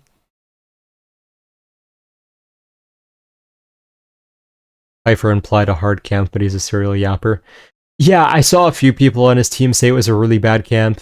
Maybe he'll be different next time out. We'll have to see. You think Yuri hits harder than Alex? Yeah, I do. I think Brady having a little success on the feet was his downfall game of false confidence with the check hooks he was landing. Yeah, that's very possible as well. Fighters sometimes just don't understand that they need to stick to their game plan. The thing I hate the most about this fight is we still don't know if Morales hits hard or if everyone just has no chin. Yeah, I get what you mean. I think he hits very hard. I'm leaning in that direction now. But yeah, Brady's a little bit chinny. Burns is old. It's hard to say for sure. Ian or Brady? Probably Ian. Do you rate Morales as a grappler, given that he's a judo wrestling background? I mean, we haven't really seen it, so it's hard to say. Pratas as champ would be the dream. Valid. Alright. Ian or JDM? I'd lean JDM. Okay, so Valentina versus Weili. This was just a depressing fight, right? Like, if Valentina was going to win, like, obviously I was rooting for Weili, but if Valentina was going to win, I would have liked her to have an entertaining performance or a finish or something like that, because this just kind of killed the whole division. Because it's hard to imagine someone beating Valentina right now, and that means we're just going to get more and more slow fights, because she's just going to fight as safely as possible. She's like the epitome of taking zero risk. Like, if she can just lay on you for 5 rounds, she's going to lay on you for 5 rounds. On the feet, she's going to wait for you to engage. She will not engage at all if she doesn't have to. It was very anticlimactic would be the word, I guess. I don't know. I fell asleep just to wake up and watch Islam versus JDM to fall asleep again. Yeah, that's rough. Alexa Grasso save us. Unfortunately, that's probably over because she lost to Natalia Silva. Maybe Natalia Silva can beat her, you know, right? I said no one's probably beating her. Maybe Natalia Silva beats her because she does have the style too. Valentina the Queen on not pushing her own advantage, Rosen Strike Fighter, yeah.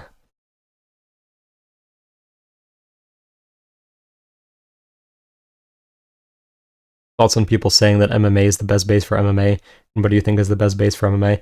MMA is most definitely not the best base for MMA. You want strong suits before you transfer into MMA. I actually think that gymnastics is probably the best base for MMA. I don't think it's actually another combat sport. I think that if you do gymnastics and you do dance, you're probably going to transfer to combat sports much more easily than anyone else.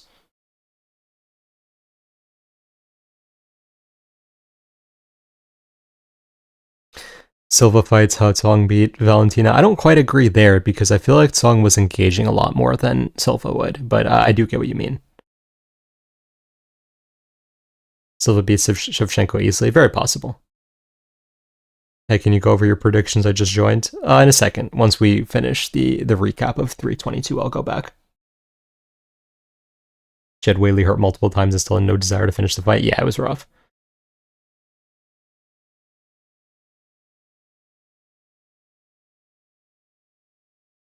What dance specifically? Pretty much anything, because the best way to transfer into MMA is kinesthetic awareness, right? You just want as much body awareness and control as possible. Gymnastics, in my opinion, gives you the large majority of that. However, dance gives you certain things that gymnastics doesn't, because you want certain like hip and shoulder control that you can get in dance, and you don't get all of that in gymnastics. In gymnastics, you get like I guess you would say like vertical hip control. In dance, you get more horizontal hip control and you get more shoulder control, which you don't necessarily get in gymnastics. Between those and understanding exactly how to move your body, it's very easy to become a much better fighter. Like Lomachenko's father forced him to do dance for years for a reason. Like everyone likes to, fighters especially like to kind of like tough guy their perspective of dance and not really appreciate it in terms of how much it can do for you. But it is very important in my opinion.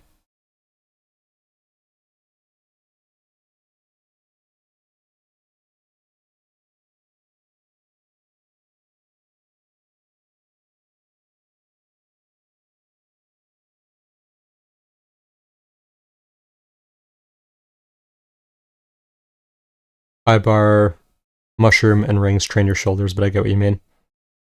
Yeah, I mean, I think that rings is probably more critical than something like high bar, but I mean more so tumbling.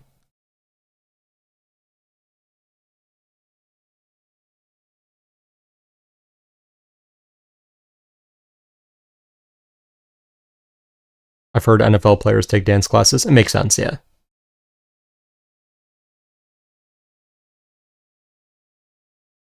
All right.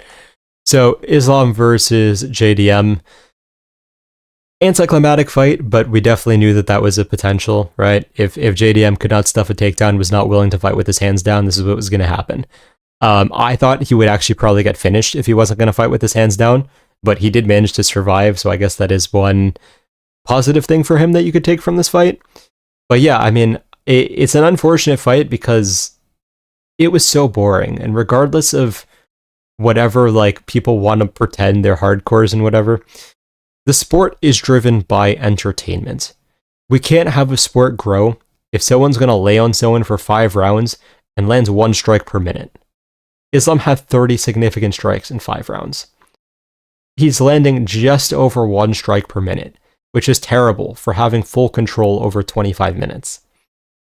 0 submission attempts as well. And I know, like, he started a few darces, but he did not get close enough for it to warrant a submission attempt. So I don't know what needs to happen exactly, but I do feel like there has to be a bit of a rule change to force fighters to be a little bit proactive, because otherwise the sport just cannot grow. Like, casuals drive the sport, regardless of how many people want to scream that they enjoy 25 minutes of 0 damage.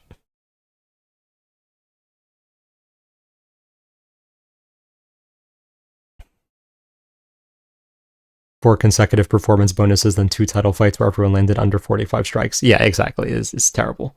Killed the momentum completely. Islam not being able to finish JDM makes me feel like he can't finish Ilya anywhere, and giving Ilya 5 rounds starting on the feet is a recipe to get KO. Yeah, exactly. JDM should have won, he just didn't want to. I mean, that's a little bit excessive, but I know what you mean. This had me rethinking my MMA fandom, not gonna lie. Yeah, I get what you mean. Wish I could just erase JDM versus Islam from my memory. Valid. Islam had loads of submission attempts, no matter what the paper says. If you're not, like, if it's not a viable submission attempt in the sense that it never gets, there's no chance it will ever be completed, it doesn't count as a submission attempt here. And I agree with that, right? Just because someone, like, pretended to start a darce, you can't count that as a submission attempt. He never had anything locked.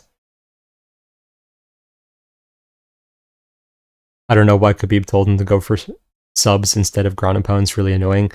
Khabib coaches in a very, very safe manner. He doesn't like let his fighters take any risk. Islam fans were saying this fight was an entertaining fight. Yeah, I mean, it's sure. Grown to knees and kicks would add a lot of excitement. I think that could help. Great performance, but not an entertaining one, though.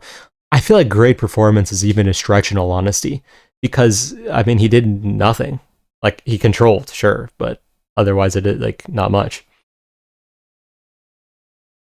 Those hardcore LARPers are disgusting. I agree, yeah.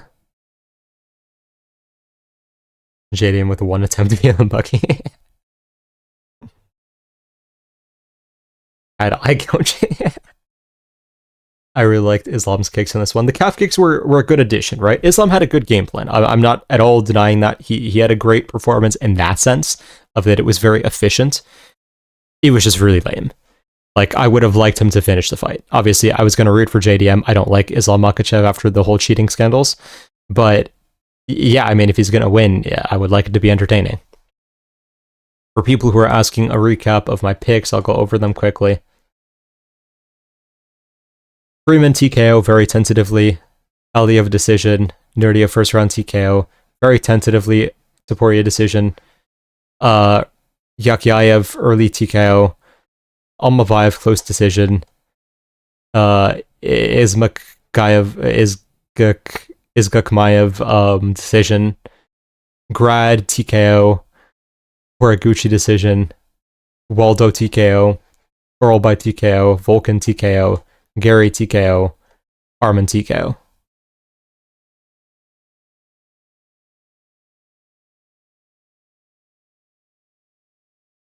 Promo time again. If you guys are betting on this card, do consider signing up for the betting service. The community has gotten very strong there. We are an actual community now, even with stuff other than pure betting, and we do other sports as well. Just the regular algorithm is up 250 units on UFC this year. We have hit 2 plus 25,000 parlays in the last few months, so we are getting much better with long shots. Link is in the description if you want to sign up. Feel free to always DM me questions as well with that. Islam cheating streak continues, by the way. Yeah, he did have a few that fight, unfortunately. How do you counter Islam top half when he's not trying to advance or damage and just pinning you. You can't wrestle up with underhook because that means stars. I think that you need better hip control, because if you look at how Arman was able to defend a lot of Islam's takedowns, or I should say get up from a lot of Islam's takedowns, it was because he knew exactly how to move his hips to escape positions and then get up from there. So I think that has to be how you focus on getting up. Islam cheated in 322. Yeah, he did have a few glove grabs again. Anyone else feel like Dan could win a scrappy decision? I could really see a 3-2 for him. I don't think so. I mean, it's possible, but I don't think so. Does this fight change your opinion on Islam versus Ilya? No, not at all. I'm still very confident in Ilya. Garry TKO with what power? You might want to go back to where we talked about it on the stream, but there's a very in-depth explanation why we were going Garry TKO. Grad versus Riley under 2.5 rounds. I mean, I'd lean that way, but I'm not confident. Having strong hips is essential for wrestling. Agreed. What would you say to JDM if a rematch were to occur right now? I mean, I'd say you have to fight with your hands down. It's not an option, right? If you get knocked out, it is what it is.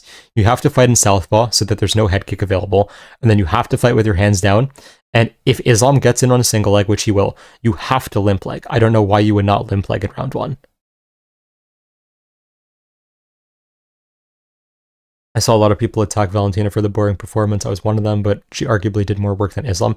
The bigger problem with Valentina is that she had like a very, very clear ability to finish the fight and just decided not to. But yeah, I agree with you. Like, she technically did more damage than Islam for sure. Kind of wish Islam stayed at lightweight and moved up later. That's fair, yeah. Islam or DDP at 85.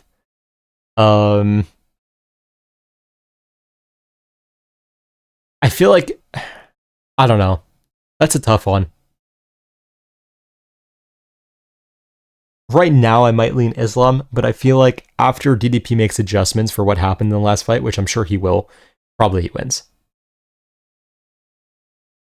How do you think Ilya would do against other welterweights like Morales, Pratos, etc.? I think he beats most of them. Do you think Khabib would have finished JDM? Yeah, I do actually.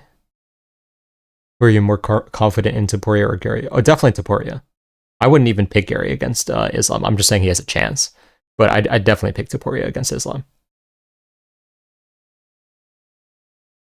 Who has a better chance against Islam, Garry or Morales? I'd say probably Garry, just because the better fight IQ.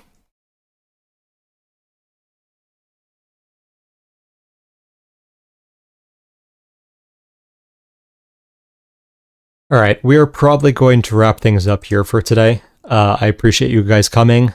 I hope everyone has a good night, and if you are watching this event, which is early by the way, so don't forget that it's a different time than usual if you are watching. Good luck to everyone betting. If you are betting, also consider joining my betting service if you haven't already. Have a good one, everyone, and see you guys soon.